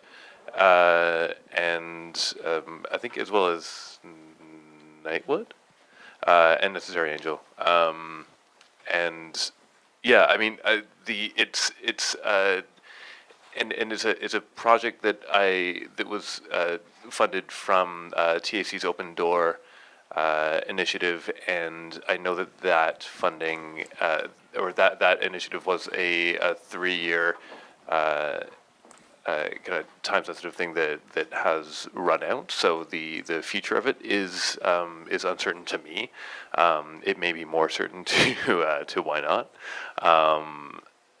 But yeah, it's a collaborative producing model that was introduced to address some of those gaps in independent production that make it a difficult sea to navigate for especially members of marginalized communities. Yeah, that's all I have to say. But you asked about other companies who have other things. Like Fujian runs an art in residence thing off our own capital. Like we don't have a lot of money. We don't have a lot of funding. We're still a young company, and because we are mandated to do Asian Canadian theater. There's a lot of things that go along with that I don't want to. Anyway, so we run it off our own capital, the resources that we have. We have a small studio, and so we offer artists or companies in residence. I think like 100 and some odd hours. It's about like $2,000 worth of space. And that's the one thing that we can do, and it's one thing that and it's what we offer for Riser as well, and it's something that we try to think about when we don't have the cash on hand to offer, but we try to look at all of the privilege that we do have as like a lower than an indie company that has that has a specific allotment of resources. So, I mean, especially when Jacopo was talking about that members can bring a guest to these town halls for the people who aren't members, like Ilnana. If you want to be our guests, then find me, and you can do that. Yeah, like we just try to find any possible way that won't bankrupt us, that we can help the community. That's all. Thank you. Would anyone like to speak to alternative producing models that encourage greater transparency, or anything else really? Hello. I wanted to also follow up with something that you said earlier about training. I think that I didn't go to theater school either, so I don't mean to say this in any way to offend anyone who's a teacher or an administrator of theater training programs, but I think a lot of those people have to go. Honestly, because I work at Cahoots, and we get calls from young artists all the time about how to handle situations where they feel where they're being marginalized. You know, like we get calls from artists who will say, oh, they want to do a gender-bending version of A Midsummer Night's Dream, and the only role they're going to cast as a person of color is bottom.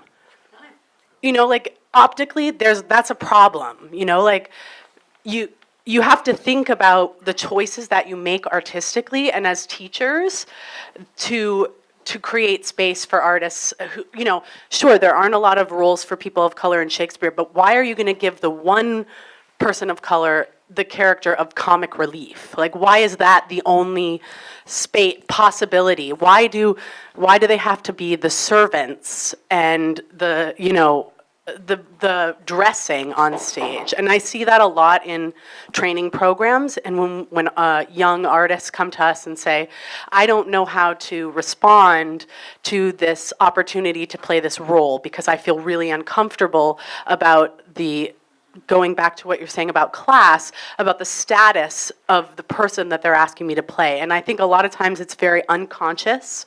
But I see that when young people of color come to Cahoots and they want to work with us, and we always tell them, don't keep banging on doors that are not open to you.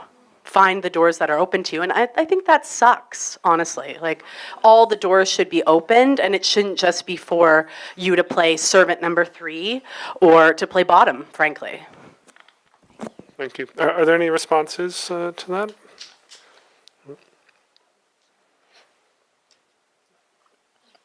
Okay. Nope. Yes, there's the training aspect. I didn't go to theater school to learn. I just learned by doing it, throwing my body in there and my mind and my heart and soul and just doing it, because it's something I was fascinated by. And I also knew there would be another wall there as when I was a lesbian. It's like, oh, make out with their actresses. Oh boy, no. Stuff like that. Very ignorant stuff that I had to deal with, 40, 30 years ago, to try and get work, get stuff put up on the boards. Yeah, the training. I was going to say the education. The education system in this whole country needs an overhaul, big time. We're taught very little about our indigenous people, our black communities who've been here since the country was founded. Do we know about them? No. We have to find out about it ourselves if we're diligent and curious and believe in social justice. Like, we're seeing all these people around us in our community, but we're not seeing them on the TV, we're not seeing them on the stages. But this is our community. It should be up there, it should be celebrated. Yes, and centered. Okay, that's my little spiel. To speak to that point you're talking about, for example, in terms of casting and the awareness of where, if you're going to cast culturally diverse, where you're going to put them, or what that means. For me, actually, I actually do spend quite a lot of time talking to actors who are in that situation where they've been cast in uncomfortable positions. And often they're talking to me because they don't feel safe within the environment that they're working in to voice that, right? And, there's various factors to that. They wonder, will they get hired again? Will they be that angry voice? All these kind of questions come up, right? So they come to me. To talk about those sorts of things. And what I often wish, in those scenarios was that they weren't the one who would have to voice that there would be someone like you in the room who would say, hey, wait a second, is this right? Did you consider what this would do with this actor if they were to say that line, how that changes because of who they are? I really wish those kind of voices could come up so that it isn't on the actor, the onus isn't on them to voice that, but there are other allies in the room who can also hold them. Yeah, I have one thing about education. Just so I'll move here. Just a food for thought, because that's the kind of person I am. I'm also part of Black Lives Matter, so the weight thing was interesting. The only difference between a professional artist and emerging artist or an artist that isn't even recognized is access, right? So if you have positions of influence, it's access. It's not talent, it's not technique, it's not any of those things. And I think that, that is all white supremacy. You know what I mean? We're talking about a white supremacist, we're talking about being taught white supremacy. And so we, as an African artist, I was told in school at Toronto Dance Theatre, I'm just going to say the name just so you know, that I had to stop doing African dance, and I was only supposed to do contemporary dance because that look like I was in a music video. Right? So, you know what I mean? Or when I said, actually, it's really uncomfortable for me to be shirtless on stage as a trans person. I didn't say that to them at that moment, but I shouldn't have had to say that.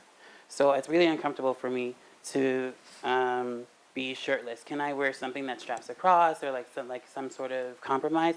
No. And so there was often this fear of breaking the mold. That's why Onana started, actually. It was because we had no space for all of our individuality. We had no space for to just be everything that we came with. A lot of what education does, it teaches you to deny all the stuff you learned before. We're not creating anybody. You know what I mean? It's like we didn't create anybody. They created themselves. And so when we change our mindset to be like, actually, I'm just helping to facilitate your journey of artistry rather than taking the credit for what someone else has done on their own, that's another thing too.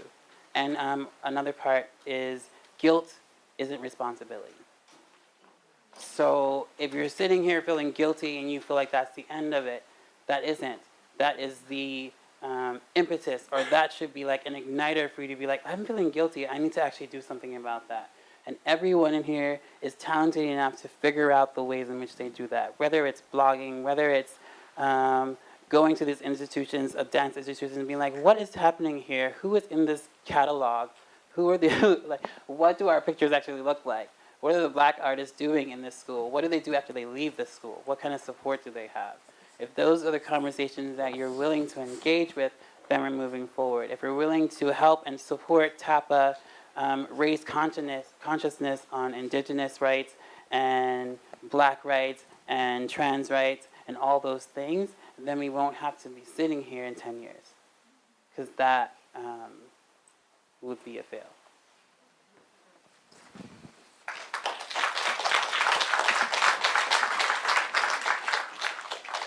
Hey, it's me again. Hi. I just wanted to, just because Shaista brought up class, I just wanted to go a little bit more into our model at Storefront about presenting. So one of the biggest barriers for myself, I'm a playwright and a producer and an actor, is putting together a down payment for a space. So when I went about creating the organizational structure at Storefront, we were really interested in taking away that barrier. So our producing or presenting model, I guess, I'm starting to be more like adept in knowing like what producing means as opposed to co-producing means, as opposed to presenting, as opposed to rentals. But with our presenting model, essentially you and your company apply to our season.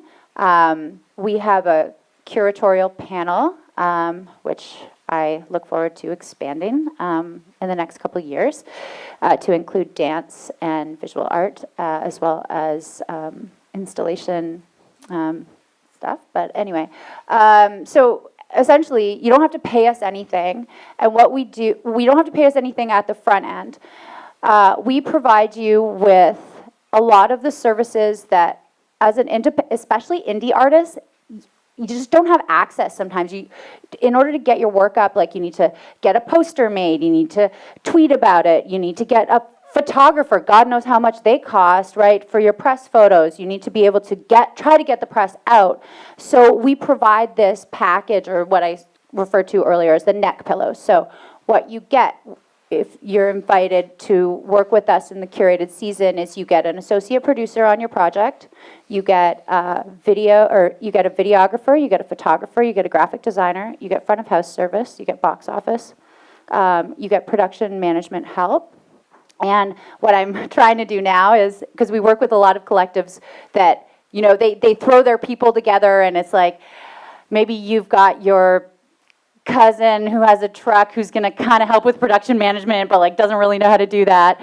Now what we're trying to do is create a mentorship model so that, you know, if you're coming to work with us and you never actually put a production together before, we have the resources to be able to say, oh, you know, I got, you know what, I have a really like experienced SM that can help your SM get to a higher level. So I think that is actually I am really hopeful that we can keep sustaining this model, because we also are mandated to keep our venue prices and our fees really low. So essentially what we do is we take in all your ticket, we deal with all the box office, we deal with all of that, and then you pay us a fee off the back end of your ticket sales, an agreed upon fee. So that's I think kind of like an accessible, trying to be accessible. Of course, the problem right now is that we have a lot of staff who are working for really subsidized rates. So we're able to offer this subsidized package to the artists because the artists really need that.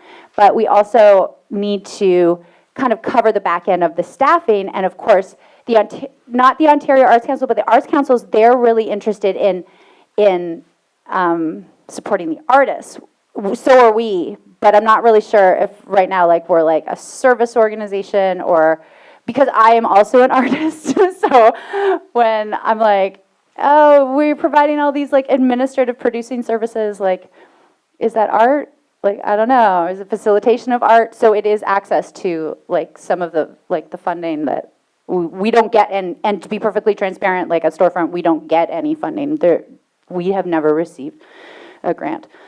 So that's kind of where I'm at, and I agree with you that I would love to see transparency of, I just realized this year that I can't go onto the Stratford Festival website and be like, oh, how do they break down their budget? I didn't know that budgets were secret. They are. I don't know why.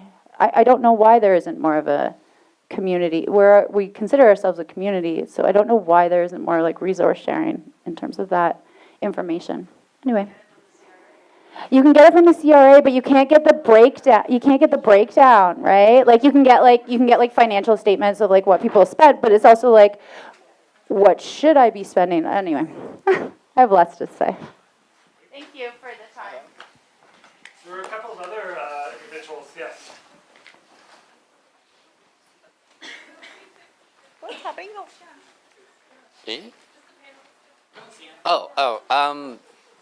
I just wanted to echo the training institutions as they have to shift majorly, because I think there needs to be a shift in power. That's what actually needs to shift. When I was asked to end racism, there was no actual gateway to power for me to actually actualize any of these things to really help with that situation, right? But there could, I could not, I'm not going to end racism, but we could really actually instill some things that give students a voice, that gives students power, that gives students something, right? So that really, the training has to shift. And I feel teaching has to shift, because it often starts people feel it just feels that's what you're supposed to do. When you're young, you're I have to do this. Then you do the program and you're oh, that didn't actually train me at all. I just did my own training after. But when you're in it, it feels so serious. It feels so serious. The amount of power that is kind of taken away from you, and the amount of power that the person up top has, it's quite scary. I remember being in a room and someone just reamed out a student, and she's bawling, and we were standing still in dance position, because we were just we can't move, even though someone's yelling at someone. And all other contexts and all other places in my life, I'm the person that would have moved and done something, but in that moment you're just still, because you're just you can't say anything because that's the choreographer, and that kind of thing. I feel yeah, so that power has to shift super greatly, and it's not, there's still value in some of the technique portion, but it's not a technique that's shared.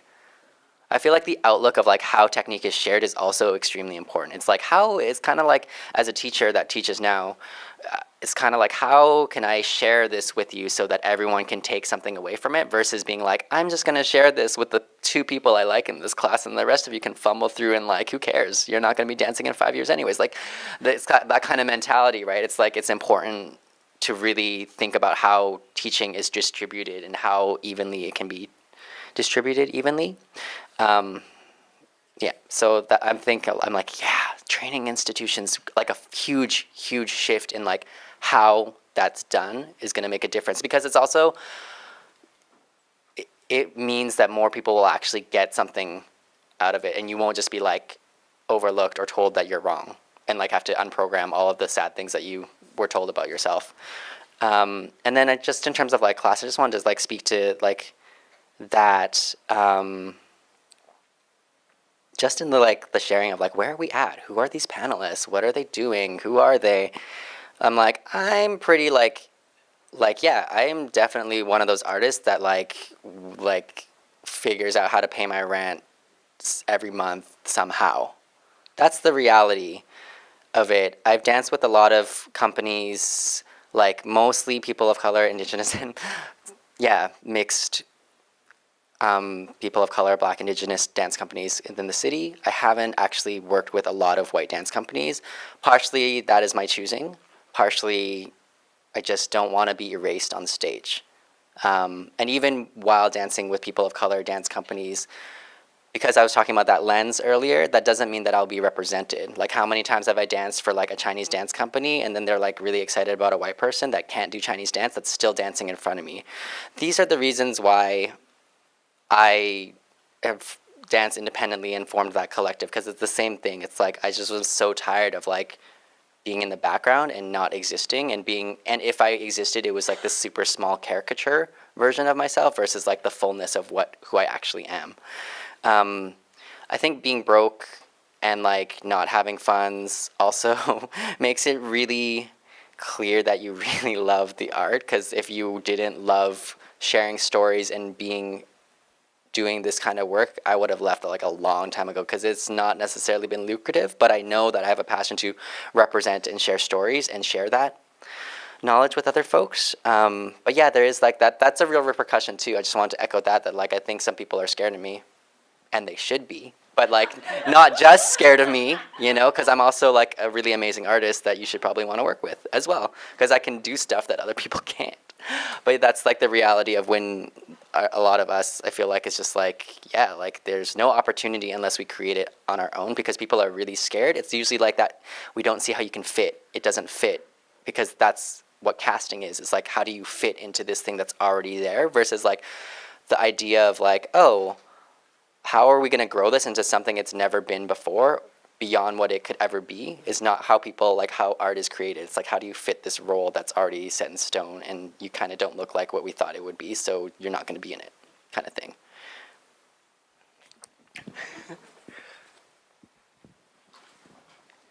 Hi, so I'll also talk a little bit about training. So I'm Christina, I run Generator, which is a capacity building organization for artists.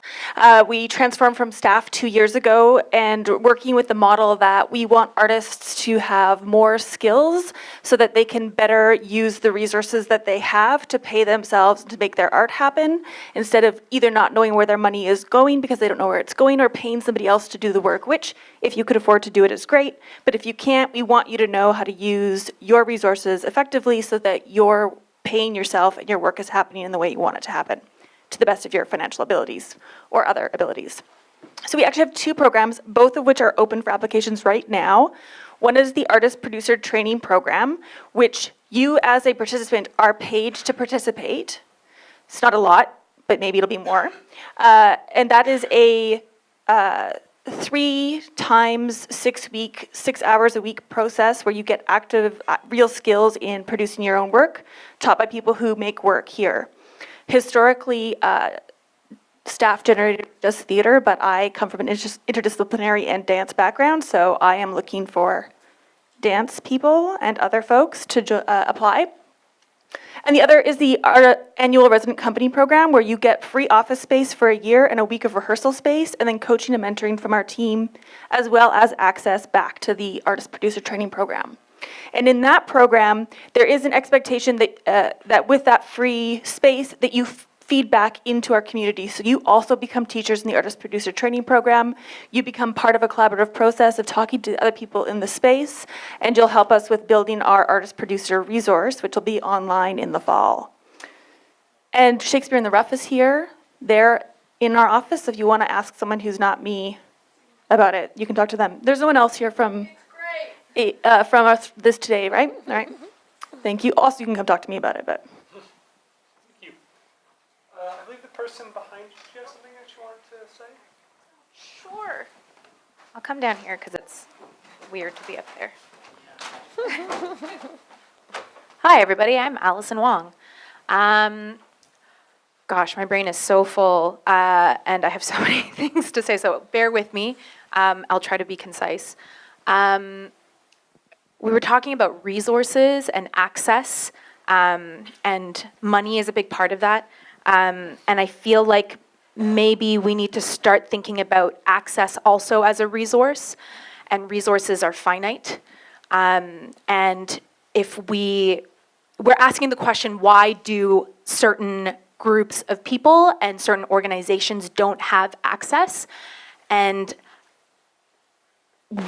we're all working really hard to create that access. But there are groups of people and there are organizations that have lots of access. Exactly. And they, whether they have a responsibility or as a community, we have a responsibility to hold that access accountable, and what are they doing with that access, I think is a really, it's an action that needs to happen. And that starts in small ways, and that also happens in big ways. You know, even this idea of information and access to information, like I feel privileged to know how the TAPA membership works, because I was a part of an organization that has a history with TAPA, and when I arrived there, I was able to look at that organization's history and learn and go, okay, this is how this works. But if I'm just an artist maneuvering my practice in the community, I might not have any idea how this works. I might not know that the information is accessible online. And the information, you know, that access has worked for a large number of people or a large group of organization, and it continues to work for them. And so it may not feel broken. We take for granted the fact that it doesn't feel broken that way. But we're all here because there is a sense of urgency. And if they're not in this room, then it's not urgent for them. It doesn't need to be fixed for them, right? So, you know, even if they're not in this room, what we all need to start doing is asking them to ask what the urgent questions are, and doing something about it. And, you know, not taking for granted the fact that these systems that do work really well are not broken. Did that make sense? There were, okay. Just because they are working, you know, that's a form of access, and a lot of resources go into making sure that access remains in place.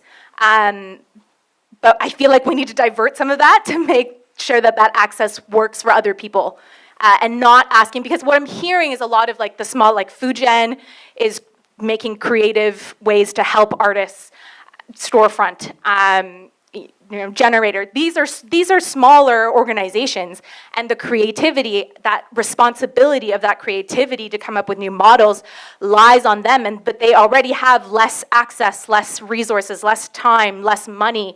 So there's a discrepancy here that doesn't make any sense. So why are we continuing to do that?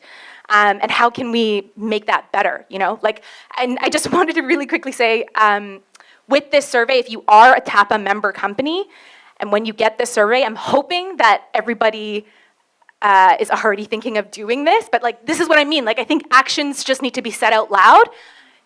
Gender fluidity is a problem. So when you're looking at the survey, even if that might not affect your company, and you came here today and you felt that sense of urgency, then make sure that you respond.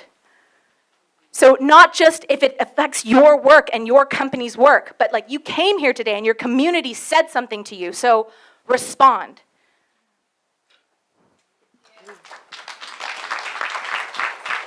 Hi, Brendan.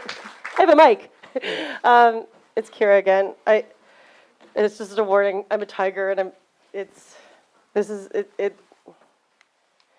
for me, I'd like to address the statements around access, and that it's Raven, I think you were saying it's all access, it's not about anything else. And that's kind of not sitting okay with me. Access is a huge problem, absolutely, and it's been a problem since the beginning of the theater community as I know it. And a lot of, for me, the biggest access problem is class. It's more than any of the other delineations of marginalized people. So thank you for bringing that up. One of the things that I found in the conference yesterday, which I hadn't, like for however many diversity panels I've sat on, et cetera, is seeing what's common within all of this experience of representation, the artists for whom representation is an issue. And it's looking at them as survivors, which I hadn't really made that connection before. And I always remember why I used to talk about people who got to go to National Theatre School. They were the chosen ones. And those are largely, I think, historically, some of the people that have run the mainstream institutions.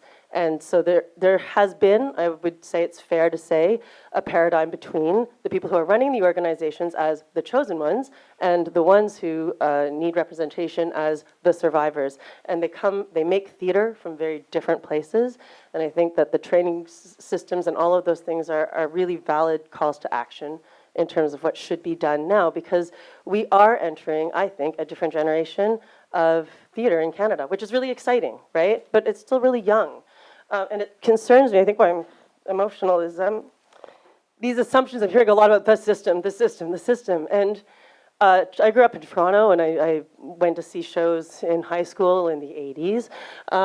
And I think we need to find more. I'm feeling a lot of antagonism between some of the younger artists in the room and some of my colleagues that have been around for a while, and I hate that. I used to run the Summerworks Festival before I went to work for Stratford. They recruited me because I joined the company as an actor, but they knew that I was doing stuff at Summerworks. I had a show in Summerworks that was picked up by Pas Marai when Jacoba Knappen, who runs TAPA, is now running that show. And I know, I'm not saying that my organization that I work for is perfect, but we have been doing a lot of work in the way that we can, because the operations of that theater are very, very different than any of the Toronto companies, from my experience, towards looking at our responsibility as privileged people with resources. And I see Sarah Stanley here, like I see other people from the national community, from training institutions putting in their time and being in the room, and that's different.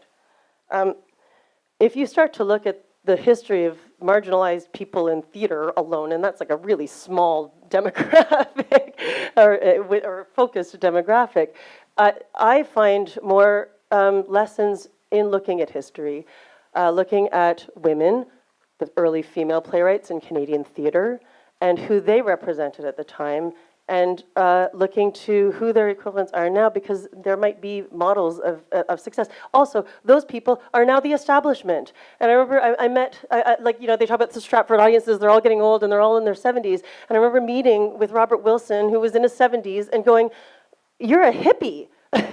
And you're the same age as our patrons now. And so our 70-year-old patron has a whole different history growing up than the 70-year-olds who were attending Stratford 20 years ago. And that's an important shift. We got a donation for development, research and development on strictly artistic terms, because they wanted it to be articulated that way from people who are in that generation demographic. It's like, don't make assumptions about those, who they are.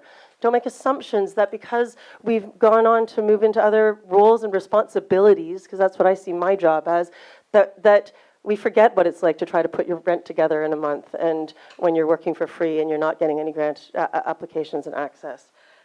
So my question for the panel is, what's changed, or has there been anything that's changed in your, like Jean, I've known you for a long time, like in your practice that you either hold on to when you're feeling like it's not worth anymore, you're going to give up, or what brought you back to the panel today, Alex, that maybe this conversation can actually continue and grow, sort of standing and learning from both the oppression that may have happened, but also like producing, like the groups, the Seven, that Go Seven pass that they did in the 80s was another producing model. There's been tons in Toronto, in Canadian theater history, and we don't learn about them often enough, and I'm wondering if you if any of you have stories that you can share for that.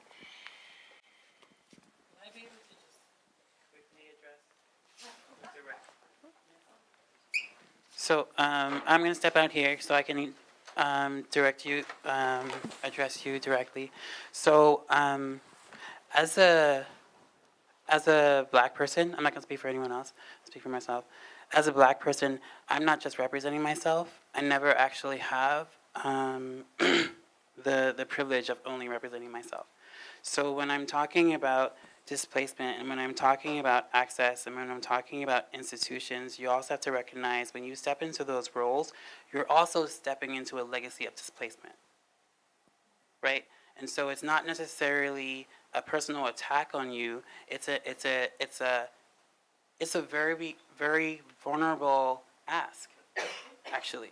It's actually, hey, I want to be here and I can't. Hey, I want to be here and I don't want to be the only one who's here.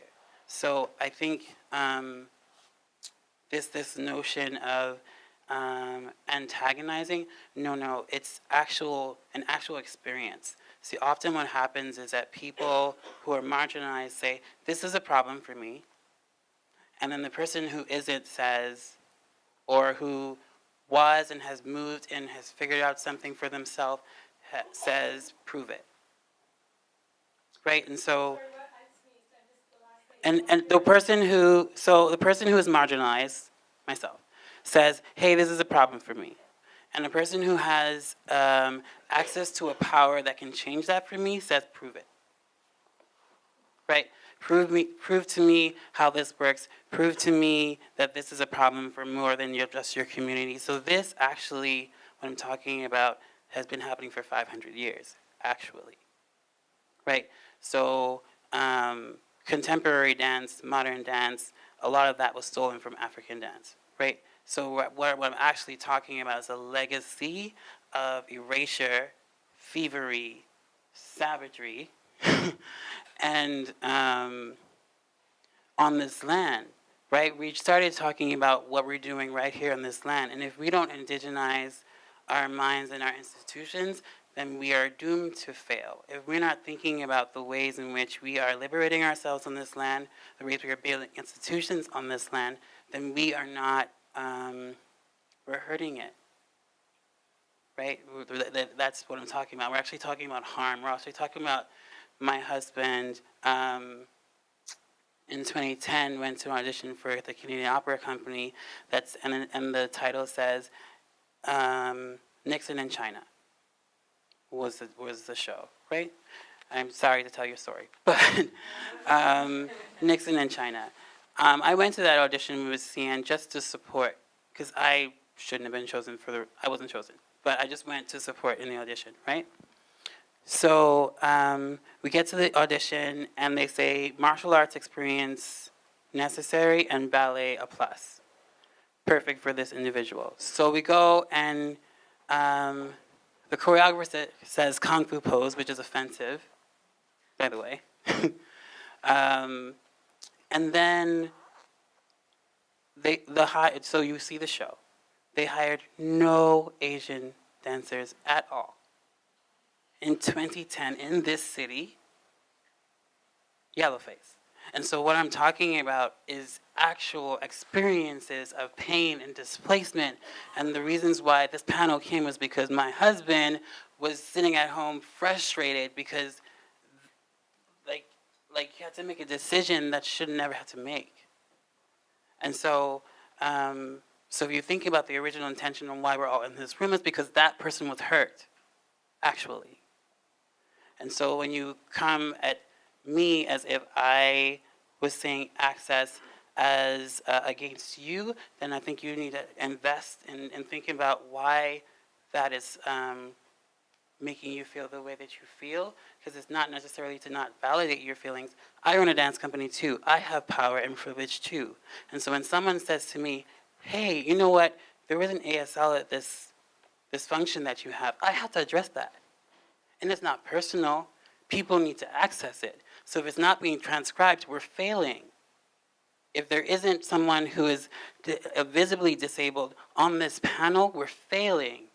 And this is what I'm talking about. So, and I'm getting emotional because I feel like we always have to do this. When black people march in the streets because we're being murdered, we have to, people say, oh, we're disrupting, but really we're dying. You know, we're dying and still trying to create art and still trying to perform. This is the lives that we're living, right? And so when we come into this room of people who we trust will hear and will be open to our experiences, even though we have no faith or trust in that, because it hasn't been proven yet, because we're here now in 2017, that speaks a lot to actually how much we believe in you.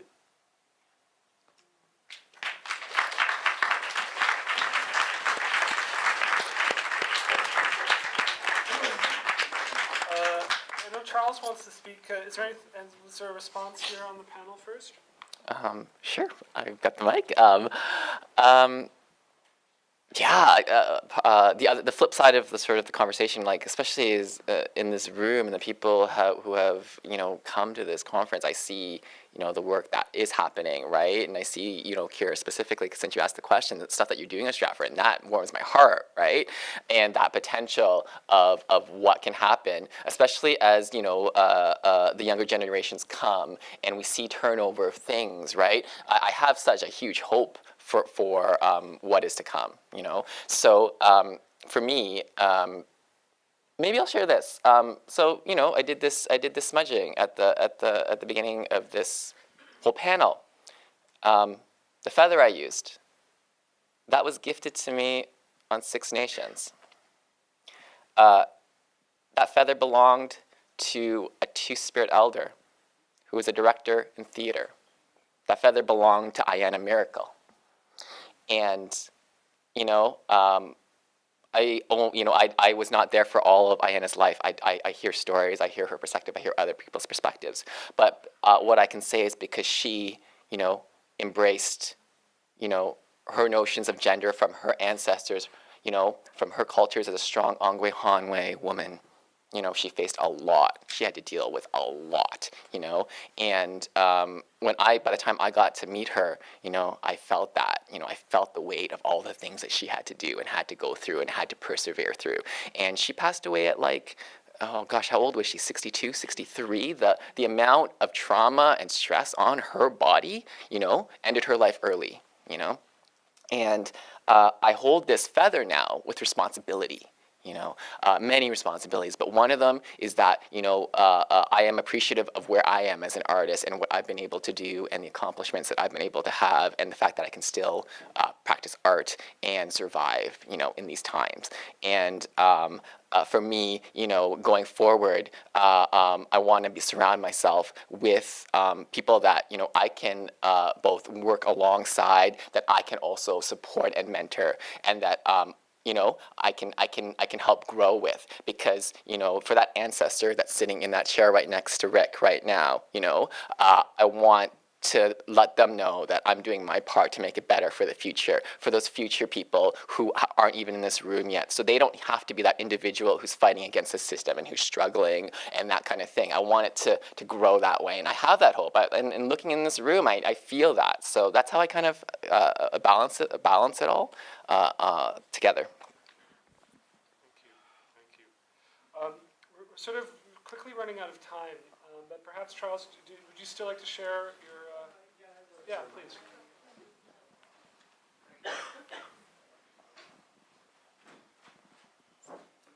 I'm just interested in that question about what's changed. And just a little while ago, I went to see the James Baldwin film, and I hope everyone in this room has seen that film. And I was struck by the filmmaker's intent to show the childhood I grew up with is prevalent today. We look at Black Lives Matter, we look at Idle No More, look at the Dakota Access Pipeline, we look at what's going to be happening out west now with Keystone and Enbridge, et cetera, et cetera. The constant and sort of unapologetic usurpation of our identities, our histories, our stories. And then I thought, Kira, when you raised that question, I was thinking when I first came to Toronto, I was very involved with Black Theatre Canada. I can tell you that was a fight until they died. And I see, I watch the Right Through Race conference and so on, and I'm actually doing some work with the Writers' Union of Canada. And they have many resolutions around equity. none implemented. 20 years. They're open about it. They know it. It's the case. So the question for me is, yes, we do have theaters like Modern Times, Fujian, and he's described the difficulties of Fujian, the Riser project, and it's interesting, it's called a project, and it's 3 years, and we don't know what happens next, and so on. Yet Stratford will continue. Kent Stage will continue. These things, and so what I'm looking for is a real solid commitment to change, that we can say that something like a Modern Times or these other organizations that come out of our communities and out of our lives and out of our blood and out of our spirit have the same foundation. That we can say that 10 years from now, 20 years from now, et cetera, we're going to be looking at new artistic work. We're going to be seeing different people on stages. We're going to be seeing a whole bunch of intersectionality we haven't seen before, because there are new setting stones that come into play. And if we really want to talk about change over time, the one thing I keep looking at is transparency, and I should have said this before around organizational change. To me, any organization that's worth its salt doing organizational change must be transparent and open all the time. It's the same for us when we have conversations around what's the change. We really have to produce what is that evidence of change. I take the work, I've been doing anti-racism, anti-oppression work for longer than I care to think. And I've come to this point, this is hell for a person of color, particularly for a black male, and for others as well. And so for me, if you're going to tell me you're an angel in hell, I'm sorry, I need some proof. I need to see concrete evidence of how it is you are implementing programs for change, not just what's written on paper, but what's actually been done. What is changing in your cast? What is changing in your training schools? What is changing in your choreographers, your directors, your writers, et cetera, et cetera, et cetera? Where were you and where are you now and where are you going and how are you going to maintain this course? Because I'm tired of this whole thing of, yeah, we made a little change here. It was interesting. My students looked at the UK Case for Diversity. This is Humber College. They've trotted this booklet out about, the Arts Council of England and so on. And what they noticed is that in the first year of mandated change, these 50-odd organizations actually did a number of things. The second year, whoop, been there, done that, right? So when are we going to be able to really talk up front with all the organizations that say they're interested in diversity? And I think that's a term we really need to interrogate very closely, because just because we're here doesn't mean we all have equal power. Right? Diversity just means we're in the room. Doesn't mean we have equal power. But anyway, when are we going to have that kind of open forum to be able to really sit down and have that transparency? Funder to these large institutions, to those of us who are working from community to make something happen that speaks to who we are and speaks to the people we connect with on a regular basis. Thank you. Well, I believe our time is up, but would you like to speak? Oh, yeah. I just wanted to talk about like the oldness of it. The oldness of like how this is like the same stuff that like it's recurring. So it's like there's something has to change about it. Like Anna May Wong, actress from back in the day, who like wasn't allowed to play movies because she was Asian. This is like a reoccurring thing. It happened to the only person actually that really actually taught me how to dance was another East Asian man in Sing Bang Fu in Canada.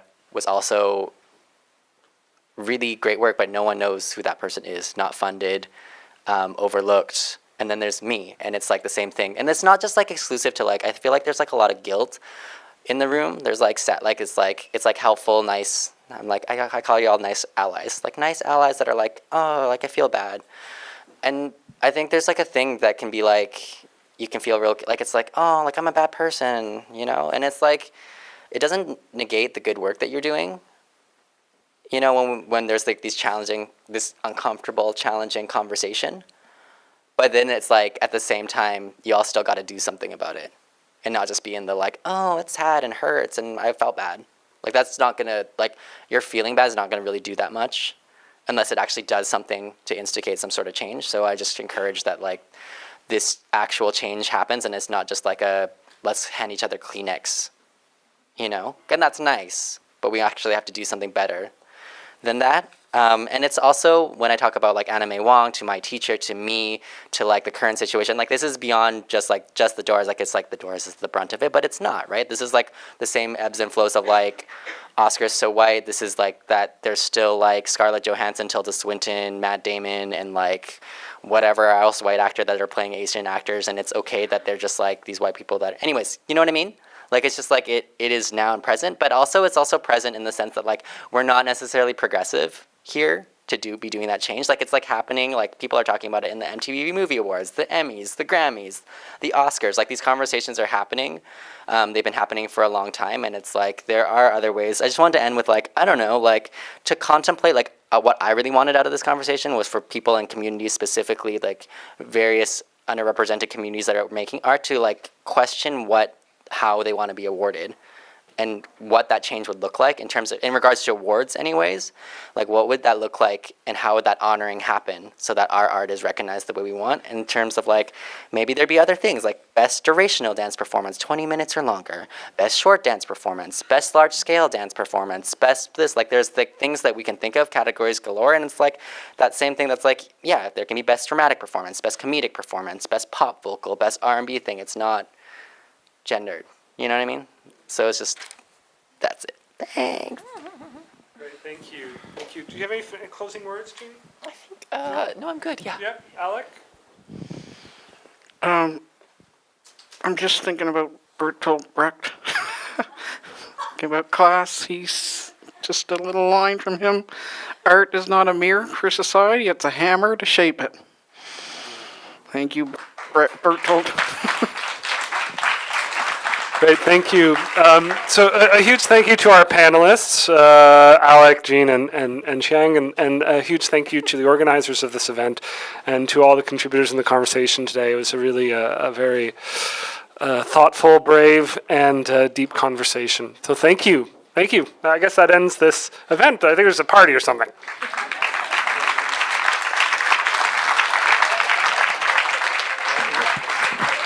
Good job. So this also brings the 3 days of Beyond Representation to a close, and it's been a very exciting 3 days of conversation, from the astonishing Donna Michelle on Friday night through 6 panels full of really good discussion. I'm sorry, is that better? So starting with the astonishing Donna Michelle St. Bernard on Sunday night, through 6 full panels of discussion of issues surrounding moving beyond discussions of representation to how you practice diversity theatrically. And I thank all of you for being here at this and taking part in this conversation. And obviously we don't intend for it to be an end. And I especially want to thank the forces of nature, Peter Farbridge and Sue Balin, who are just like dream producers who made this possible. It was a joy to work with you. Unbelievable work. Unbelievable. And to Sohail and Peter for this opportunity to co-chair. And I also want to thank those of you who we've seen from the very beginning, from opening night, who have had the stamina to stay with us through all of these conversations. You are unbelievable. So thank you to everyone. Thank you.